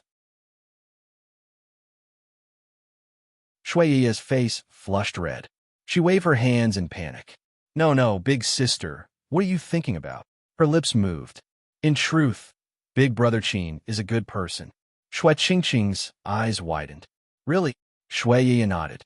Really, I'm not lying to you at all." Standing outside the door, Qin Yu waited for the voices inside to gradually calm down. Then, he rubbed his nose and pushed open the door. The conversation came to an abrupt end. "Big Brother Qin, my big sister has woken up." Shui Yi excitedly stood up, but soon, she seemed to think of something and her face flushed red. Qin Yu pretended not to see anything. He lightly said, "It's good that she's awake. If there's nothing else, then rest well. She is still very weak right now." Shui Qingqing struggled to bow. "Thank you, Big Brother Qin." Qin Yu nodded. He walked to a corner and sat down cross-legged. Then, he closed his eyes and began to meditate. The two sisters clearly didn't want to disturb him. They remained quiet throughout. 2 hours later, Qin Yu opened his eyes and walked out. Now, this fragment of the ship had been pieced together by Qin Yu and assembled into an incomparably ugly floating house. It was barely usable. If Qin Yu had a choice, he would have already brought the Shui sisters and left. But, as far as he could see, the sea was filled with a thick gray fog. If he probed it with his divine sense, it would soon become chaotic. After considering it again and again, Qin Yu didn't rashly enter. The fear of the unknown was one reason, and the two women in the house were also another reason. Otherwise, once Qin Yu left, the two of them would likely perish. In the end, he had stirred up trouble for himself. Shaking his head, Qin Yu carefully looked around. After failing to find anything, he squatted down and placed a hand into the icy cold seawater.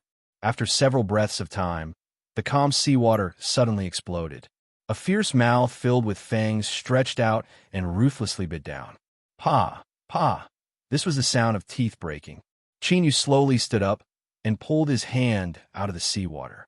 There was a half-meter-long strange fish that was covered in black, rock-like scales. Most of its teeth had been broken. The strange fish struggled in pain, wanting to escape. But its tongue was caught by Qin Yu, and it could only painfully sway back and forth. Qin Yu spat out his strength, and the strange fish instantly quieted down. Then, he used his hand as a knife to quickly cut open its belly. Using the seawater to clean himself up, he turned and pushed open the door.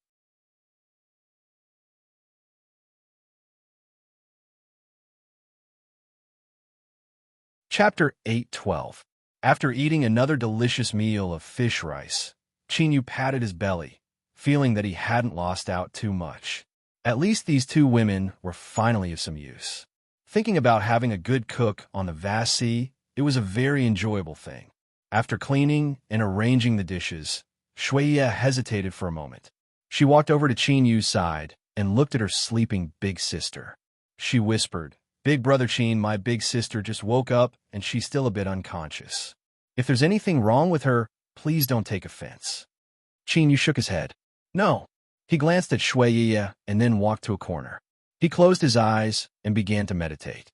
The great fog locks the vast sea. In this place, Chinyu had to ensure that he was in his peak condition at all times. He couldn't be the least bit negligent. Looking at Chinyu, Shuiya relaxed a little. But she couldn't help but feel a bit disappointed. She bit her lip, turned around, and returned to her sister's side. She raised her hand to cover the quilt for her sister, and then leaned against the wall to sleep. After Shuiya's breathing stabilized and she fell asleep, Chinyu slowly opened his eyes. As he looked at her slightly curled-up body, the lines on his face softened. He had been taking care of her for the past few days, and she was really exhausted. It was not easy to meet such a pair of sisters who had deep feelings for each other in the cold and indifferent world of cultivators. It was precisely because of this that he had saved the Shues sisters that day.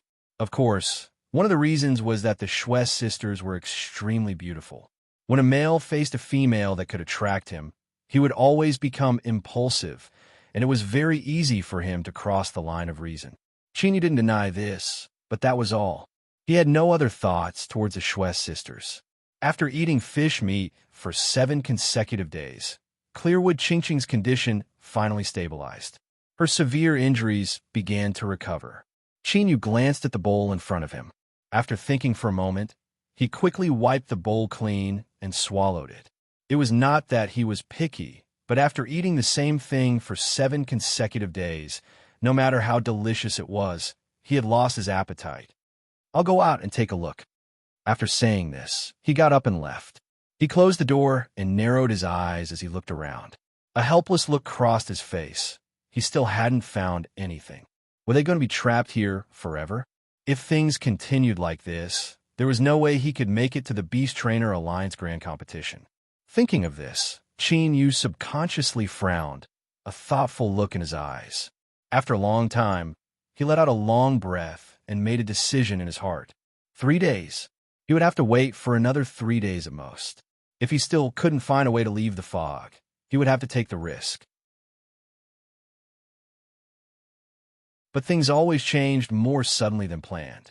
On the second day after Chinyu made his decision, as he was resting in a corner, a throbbing feeling suddenly drilled out from the depths of his heart. His eyes shot open, and without hesitation, he leapt out. The Shues sisters were panic-stricken. As they looked at Chinyu, who had grabbed them, a thought popped up in their minds.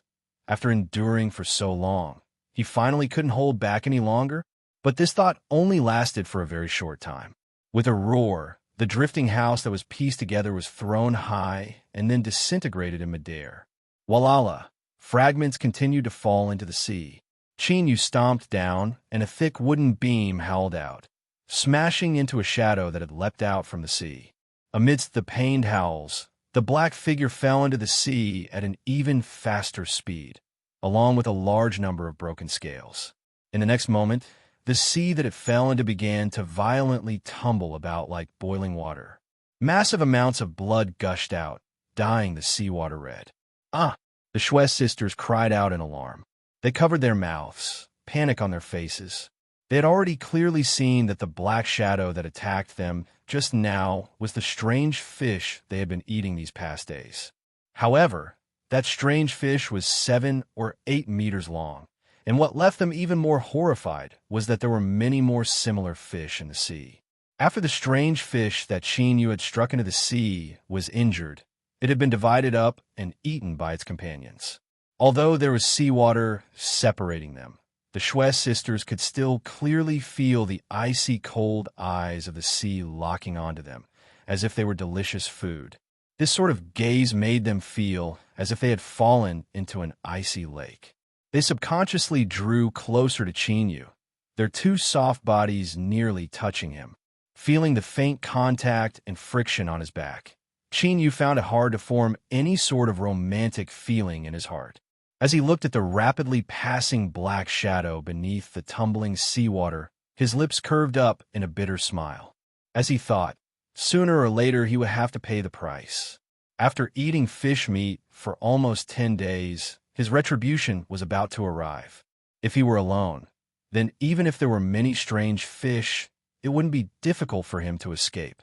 But if he brought the Shui sisters with him, during the brief confrontation between Chinyu and the strange fish, the Shui sisters seemed to realize something. Their bodies stiffened and a complex look of fear appeared in their eyes. In all fairness, Chinyu wasn't related to them at all. When he saved them, they already owed him a massive favor.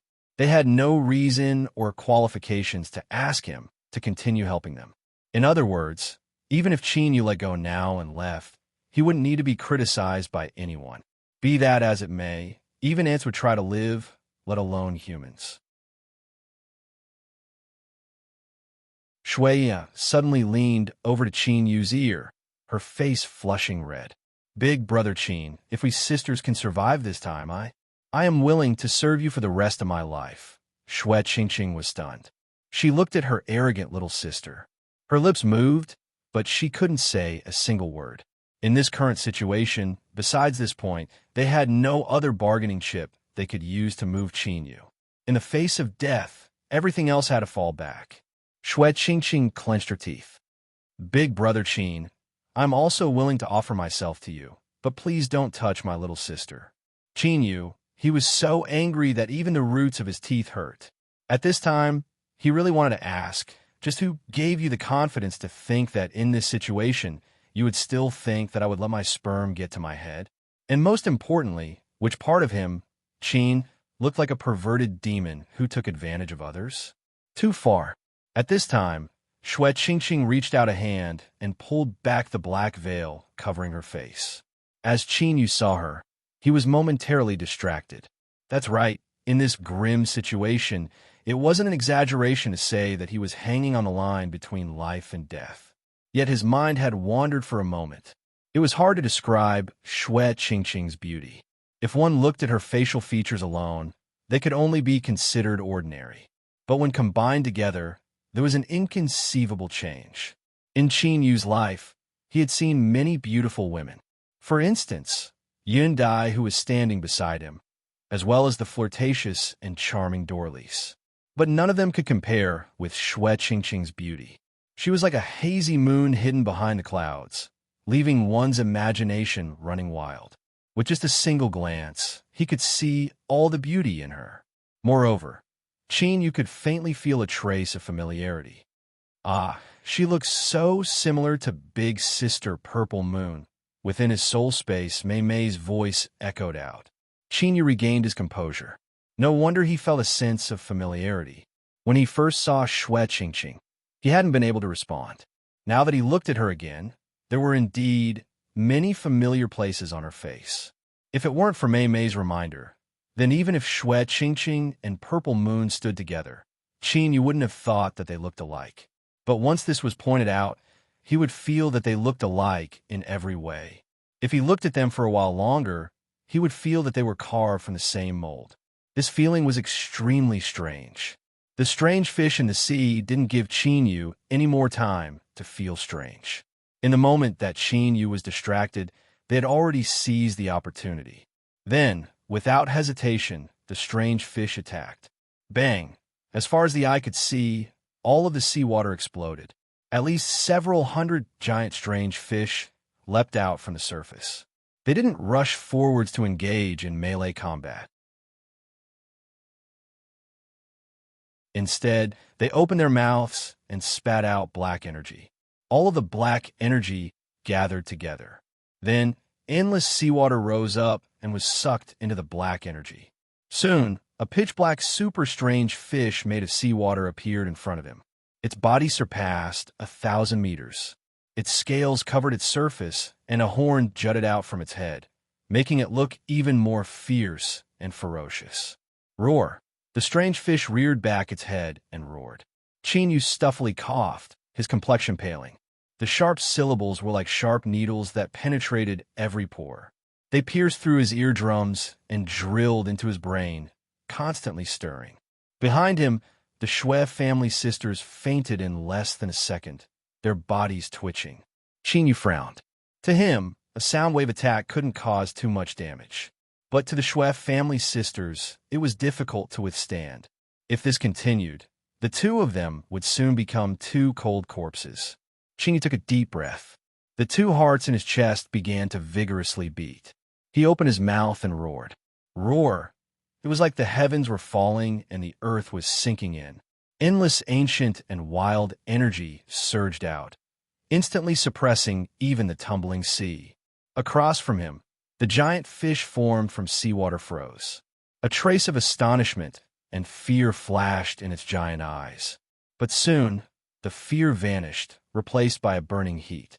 It stubbornly stared at Chinyu, as if it had seen an unprecedented delicacy. Hidden in the sea, the school of fish that controlled the giant fish began to roar anxiously. All their eyes locked onto Chinyu. Rumble, rumble. Above the boundless sea, massive black clouds suddenly gathered. With a roar, thunder fell down. But the target of this thunder wasn't Chinyu's group of three, but the giant fish formed from seawater. Beneath the cover of thunder, the giant fish shrank a little, but it gave off an even more realistic feeling. That's right, it seemed as if it had truly come to life. Its giant eyes no longer contained simple fluctuations of emotion, but had become intelligent and spirited. The giant fish swept its tail and soared into the skies, drilling into the thunderclouds above. It opened its mouth and swallowed it whole. Crackle, crackle. Lightning erupted on the surface of its body. In the next moment, it vanished from sight. Chinyu's complexion changed. He didn't believe that the giant fish had swallowed too much thunder and killed itself. With a thought, the purple-backed blue-wing ants howled out. Chinyu let go and had them bring the Shui family sisters away. He expected that there would be an arduous battle following this, so he couldn't care about anything else.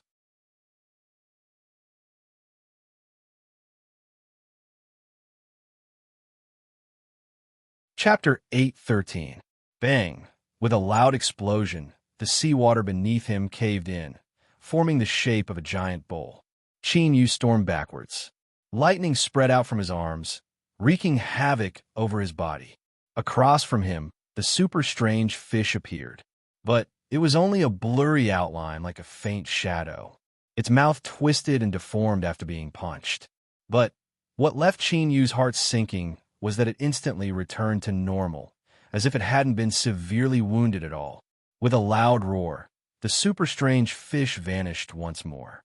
Chinyu took a deep breath, his expression becoming increasingly dignified.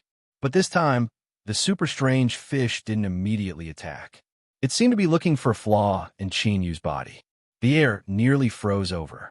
A powerful aura erupted from Chinyu's body, like an invisible giant beast that could erupt with its full strength at any moment. Bang! The seawater suddenly exploded. Chinyu punched out his fist, and the giant waves that soared into the skies were directly smashed apart. This is bad. Chinyu was startled, but he didn't have time to respond. With a loud roar, the ancient's heart erupted, and a potent blood vitality instantly spread across his back. In the next moment, a heavy bombardment arrived. Chinyu was like a stone that was ruthlessly smashed into the sea. Even with the power of blood vitality blocking him, he still felt as if his entire body would be torn apart. Half of his body was numb, and his internal organs had already suffered severe injuries. As his body rapidly sank into the sea, he held his breath. It was only then that he felt a burning pain in his right shoulder. If he wasn't wrong, then there was a terrifying wound there. Luckily, as Chinyu was severely wounded, the strength of the ancient's heart completely erupted. The numbness in his body rapidly faded away, and he could even feel his organs recovering. If someone could see the wound on Chinyu's back, they would discover that faint traces of black energy were constantly being expelled. The flesh grew rapidly, and the granulation quickly joined together like a powerful needle and thread, allowing the wound to heal quickly. As his body rapidly recovered, Chinyu let out a sigh of relief.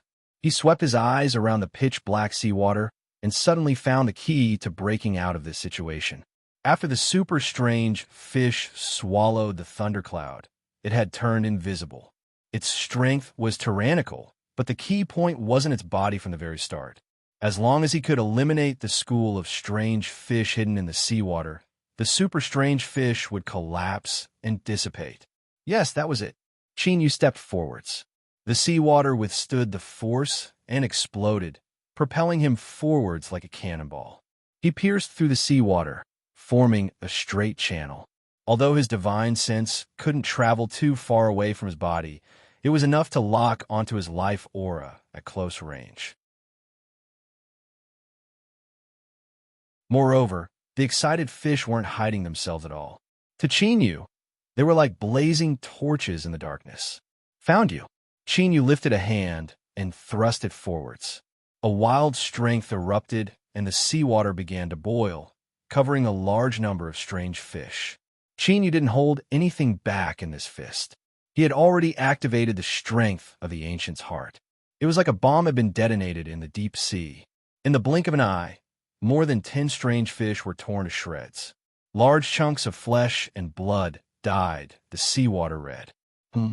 Chinyu frowned. He discovered that within the blood-red seawater, there was an incomparably potent poison. After being contaminated by it, black spots began to appear all over his body. Obviously, it came from these strange fish that were killed. After increasing in size by several dozen times, they actually gained the ability to use poison. But to Chinyu, this was useless. With a thought, all of the poison that had invaded his body was crazily drawn out and gathered into Chinyu's left index finger. It became sparkling and translucent, as if it were carved from the finest jade. After determining that this poison wasn't able to affect him, Chinyu sneered and punched out again. Bang! Over a dozen strange fish were directly killed. The hidden superfish had already realized Chinyu's intentions. It emitted an angry roar, and its massive body plunged into the sea. But like this, its concealment became useless. The changes in the seawater would clearly mark its position. Chinyu didn't directly clash with it. Instead, he relied on his formidable eruption of strength to constantly dodge and chase after the strange fish. Although these strange fish were tyrannical, facing Chinyu, who was going all out, they could only stretch out their necks and wait for death. More and more blood flowed out. The seawater was filled with a fishy smell. Chinyu was bathed in it, as if he had emerged from an endless pool of blood. Countless toxins crazily invaded his body. But before they could harm Chinyu, they were drawn out and swallowed up. His jade-like left index finger suddenly changed. Ever since it condensed, it had swallowed and absorbed an endless amount of poison. It was like a quantitative change had caused a qualitative change, as if it had been stimulated by the poison in the strange fish's blood. In short, it had evolved. Runes began to appear on Chinyu's fingertip.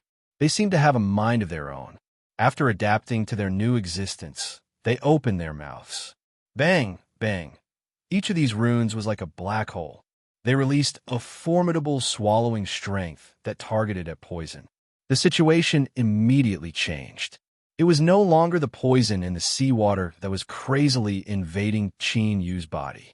Rather, it was being forcefully pulled in at a speed that was over 10 times faster than before. But soon, as a massive amount of poison rushed in, the runes on Chinyu's fingertip thoroughly awakened. An even more terrifying swallowing strength erupted. They were no longer satisfied with the poison in the seawater. Thus, the strange fish that were fleeing from Chinyu suddenly discovered to their horror that their hearts began to beat faster and faster. Their blood began to heat up as if it would boil over, and they began to lose control of themselves. The strange fish cried out in panic. They urged the super fish monster to flee, but despite its strength, It couldn't even touch the hem of Chinyu's clothes. Bang! Countless wounds suddenly burst open on the body of a fast-moving strange fish. Blood spurted out of the wounds like a fountain. It was like a prologue had been opened. Then a second, a third, a fourth low, and deep explosive sounds rose and fell in the sea. In this sea region, the school of strange fish that had no natural enemies finally met their doom. The superfish monster's angry and cruel roars became increasingly powerless. Its body constantly shrank until finally, with a roar of unwillingness, its massive body collapsed and vanished, fusing back into the sea. Ha! Chinyu reached out and grasped it. When he spread out his fingers, he could see that there was a pitch-black bead lying peacefully in his palm. His hand was icy cold, the chill penetrating into his soul and causing his mind to become clear. This bead was something left behind after the super fish monster collapsed. It should be related to the black gas that the strange fish had spat out. Who? Chinyu let out a long breath, his heart relaxing. If he hadn't suddenly awakened and continued to fight with the super fish monster, he might not have been able to win so easily. He couldn't figure out what this bead was, but his intuition told him that it was something good. He turned his hand and put it away. With a thought, he could faintly sense the aura of the purple-back blue-wing ants. Chinyu stepped forwards and rapidly shot out of the water, howling far away. Not long after he left, a terrifying aura suddenly appeared. The tumbling sea suddenly quieted down. At first glance, the surface of the sea was like a black mirror, without any waves at all. In the red seawater, the color of blood rapidly faded. The blood was pulled up by an invisible strength, constantly sinking into the deep sea. Finally, the blood sank into a deep trench. It was pitch black inside, with no end in sight. It was like a channel leading to hell. Roar! There was a loud roar. In an instant, the mirror-like sea surface began to shatter. Giant waves soared into the heavens. As the endless seawater roared, one could faintly see a massive shadow rising up from the seabed. Chinyu caught up to the swarm of purple-back blue-wing ants that had brought the Shui sisters away. They were being attacked by a monster beast with fleshy wings on its back that looked like a snake. Luckily, the purple-back blue-wing ants had undergone many evolutions. Although they were suppressed by the monster beast's attacks, they were still able to barely remain undefeated. Of course, this was also because they had to divert a portion of their energy to ensure that the Shui sisters weren't harmed. Otherwise, the situation would have been much better. Just as Chinyu was about to attack, the monster beasts surrounding the purple-back blue-wing ants suddenly screamed out in unison, as if they felt a great fear. They turned and fled, flapping their wings with all their might. In the blink of an eye, they vanished from sight. Chinyu's complexion changed. He flashed to the side of the ant swarm and grabbed the Shui sisters. With a flick of his sleeves, the ant swarm was put away. Chinyu stepped forwards and shot into the skies, rapidly advancing through the endless fog. Roar! A heaven-shaking roar suddenly sounded out from behind him. Chinyu turned to see the seawater explode and a black shadow appear. With just a glance, Chinyu's pupils violently shrank. Fear inevitably gushed out from the depths of his heart. This black shadow was actually a monster fish. It was so large that he couldn't see it clearly. It was at least 10,000 meters long. After eating the young one, the old one came. After killing the old one, a fish ancestor came running out. Even if you have a large family, you shouldn't bully others like this. Chinyu cursed inwardly. He didn't have any thoughts of confronting it head-on. He turned and ran away with the Shui sisters. What nonsense! 1,000-meter-long fish formed from seawater was already difficult enough to deal with, and this 10,000-meter-long one was also alive. If he didn't run away, did he want to become a snack? Chinyu was sure that he had no chance of winning. But soon he discovered that he had been too optimistic. Not only did he have no chance of winning, but he couldn't even run if he wanted to. With a body over 10,000 meters long, the strange fish ancestor emerged from the sea like a moving island. Its massive eyes were icy cold as they locked onto the rapidly fleeing Chinyu. Then it opened its mouth and fiercely sucked in. In that instant, seawater flowed backwards. The rapidly moving Chin sucked in a breath of cold air and subconsciously cursed out loud. Even though he tried his best, his speed became slower and slower. Then, he even began to fall backwards. F***, it could actually do this. This was too excessive. What should he do? Once he was sucked back, the result would be, haha. Chinyu's eyes suddenly brightened. Because a massive amount of fog had been sucked away, his field of vision became much clearer. An island appeared at the end of his line of sight. Looking at the surface area, this island was extremely large. As long as they hit on it, even if this fish ancestor was 10,000 meters long, it still might not be able to do anything to them. With a loud roar, Chinyu's two hearts began to beat with all their might, pushing his blood to circulate at an astonishing speed.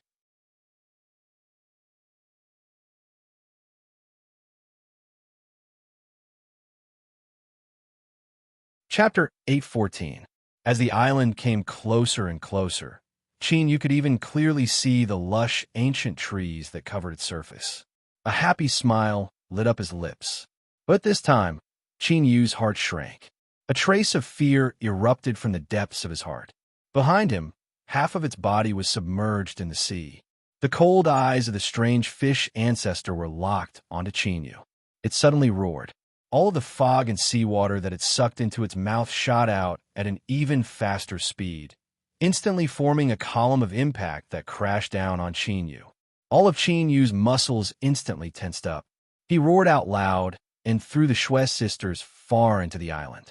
Then, all of the power of blood vitality erupted from his body. With loud crackling sounds, his body began to rapidly inflate.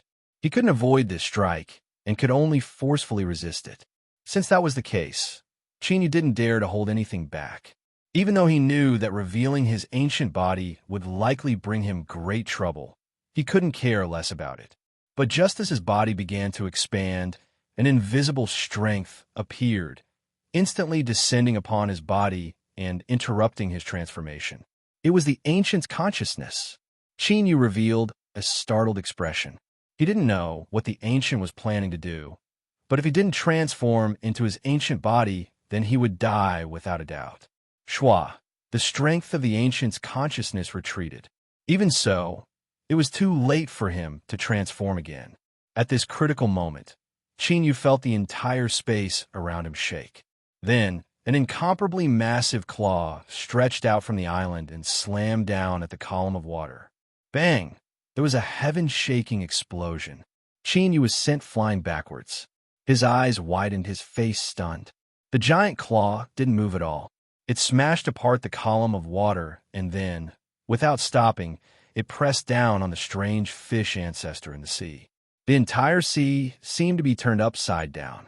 Chinyu stared helplessly on as the over 10,000-meter-long strange fish was grabbed by the giant claw and pulled back to the island, vanishing from sight. Even with Chinyu's willpower and temperament, he was shocked speechless. At this moment, even breathing became incomparably difficult. Chinyu gulped. His feet felt numb. He looked at the island that had regained its calm, as if nothing had happened at all. Then, he turned to leave. But before Chinyu could respond, a cold voice sounded out in his ears. "Little fellow, why haven't you come in yet? Do you want this old man to personally pick you up?" Even though it was a question, it definitely didn't mean that it was a question. Chinyu shivered. No matter how unwilling he was, he still slowly walked towards the island. Nonsense. If that claw had been used to grab him, he would have been crippled with just a little more force. As for escaping, don't joke around. Really, it's not funny at all. After landing on the island, Chinyu soon saw the unconscious Shui sisters. Their luck was quite good. They were lying in a shrubbery, and although their clothes were torn and exposed a great deal of their bodies, they weren't injured at all. Although these two delicate beauties were indeed pleasing to the eye, Chinyu really wasn't in the mood to appreciate them right now. He glanced around and retracted his gaze. His footsteps stopped, and he was a little reluctant to continue forward. A cold snort echoed in his ears, shaking him so much that his field of vision darkened. Then an imprisoning strength arrived, wrapping around him and sending him howling towards the center of the island. Qin Yu's complexion paled, but he didn't say a single word. With the methods of the giant claw on this island, it would be easy for it to kill him. Since he was still alive, that meant that things weren't as bad as he thought. Of course, all of this was just Qin Yu's own imagination. He had no idea what the exact situation was. Its speed was astonishingly fast. With several flashes of light, before Qin Yu could clearly see anything, he had already arrived. Shua, the imprisoning strength scattered. Qin Yu shook his dizzy head. Only then did he see that he was outside a cave. The cave entrance was large, at least 100 meters in radius. But, compared to the giant claw he saw before, it was at least 3 to 5 times smaller. Was it really here? Come in.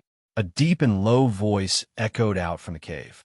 Qin Yu clenched his teeth and stepped forwards. The cave was unexpectedly bright, and the source of this light was the great ape sitting on a boulder, coldly looking at him. That's right, its fur was emitting light. Every strand of fur was like a firefly, but it was much brighter. The great ape sitting there was like a small sun, causing the temperature within the cave to be much higher than outside. Perhaps in order to increase the humidity in the air, there was a roughly cut pool next to the boulder that the great ape was sitting on. This pool was filled with seawater. At this time, in this pool, a small fish the size of a palm was swimming around. From time to time, it would look up at the great ape, its eyes filled with fear. He didn't know if he was seeing things, but no matter how Qin Yu looked at it, he felt that this small fish was very familiar, so he respectfully bowed. Junior Qin Yu greets Senior White Ape. When White Ape didn't have any expression on his face, he seemed extremely callous. He looked at Qin Yu and said, I can smell the blood of my own kind from your body. You should have killed apes of my lineage before. Based on this alone, I should kill you. Qin Yu stiffened and his heart raced. He didn't think that White Ape was just talking nonsense. To an existence like him, killing him wouldn't be any more difficult than crushing an ant. But what White Ape said was true. Qin Yu's mouth tasted bitter and his throat was dry, but he couldn't say a single word. Cold sweat covered his forehead. Humph, brat, since you are well aware that I have a motive to kill you, and that it is only a matter of moving my claws, then you had best honestly answer what I ask next. As White Ape spoke to hear, he casually flicked his front claws. 2 sharp claws collided and sparks flew in all directions, emitting the sound of metal striking metal. Qin Yu felt his entire body turn to wood. There was no need to speak any nonsense. He just needed to hurry up and nod. White Ape sniffed and lightly said, I can feel a familiar aura on your body. Let me remind you, that is an extreme power of fire. Hand it over. Qin Yu's thoughts raced. He guessed that what White Ape was speaking of was the chicken overlord that was still in a deep slumber. This fellow was truly a natural-born troublemaker at the perfection level. After hesitating for a third of a second, Qin Yu obediently handed over the chicken overlord.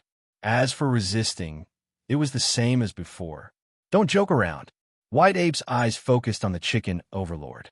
There was nervousness, relief, and concern in his eyes. Qin Yu immediately felt relieved. It seemed that White Ape wasn't interested in things like roast chicken for the time being. White Ape frowned. As he discovered the chicken overlord's current state, his eyes turned icy cold as he looked at Qin Yu. This feeling was like going from the warmth of spring to the bitter cold of winter. Qin Yu didn't feel good at all. Speak. What did you do? How did it fall into its heart demons? Hearing this, Qin Yu nearly choked to death. If you ask me about this, just who am I supposed to ask? Of course, he could only mutter these words in his heart.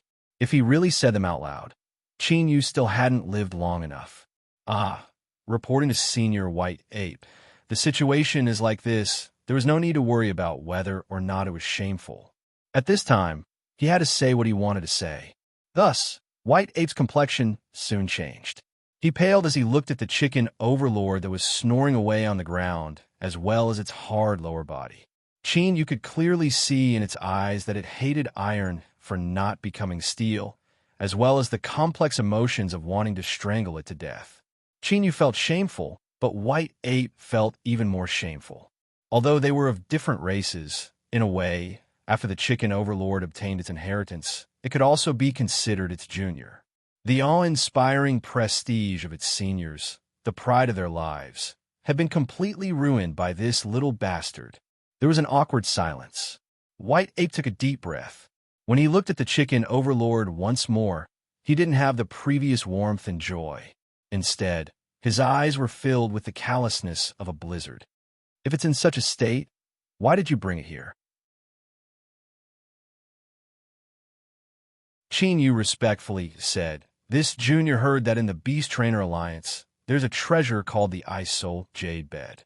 It has a miraculous effect in treating heart demons."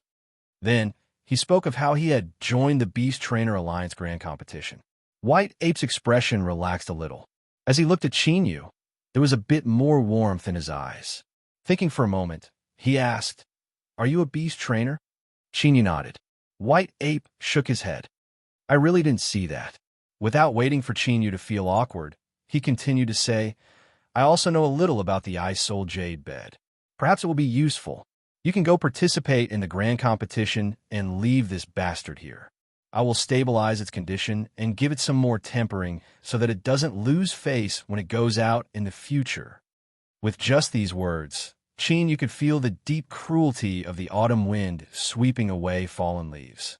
He silently mourned for the chicken overlord for a second. Thinking for a moment, he said, "Senior White Ape, this island is surrounded by a great fog. How can this junior leave?" White Ape rubbed his head. "I almost forgot. You can't leave under the Great Array Formation." He plucked out a white hair and handed it to Qin Yu. "Later, go to the back of the island. There's a ship there. Take this hair with you, and you won't be trapped by the Array Formation." Qin Yu received it with both hands. "Thank you, Senior." White Ape waved his hand. "Go." Looking at Qin Yu's back, White Ape's eyes flashed. How interesting. In this world, there are actually ancient races that exist. Qin Yu left the center of the island and hurried to find the Shui sisters. Luckily, their luck wasn't bad and they hadn't been killed off by the other hunters on the island.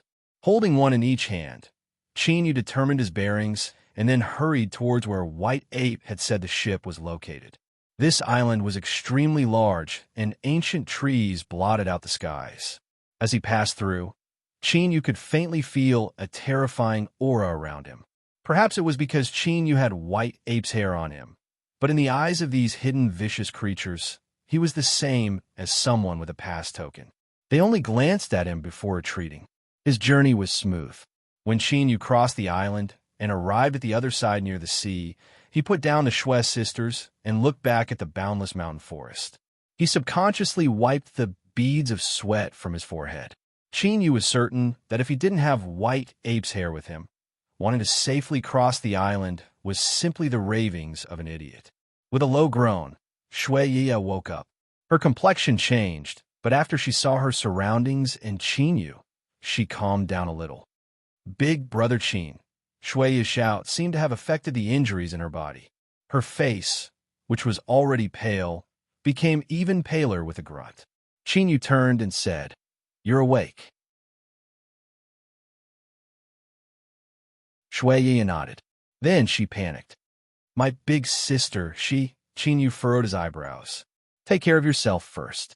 She's fine." He walked over and poured magic power into her body, alleviating the pain from her injuries. Shui Yi gratefully said, "Thank you, big brother Qin." Qin Yu shook his head. "Can you walk by yourself?" Just as he finished speaking, he said, "Forget it. I'll carry you." You're tuning in to the Warrior Lore YouTube channel. Don't forget to subscribe and join us on this journey to catch the most captivating stories.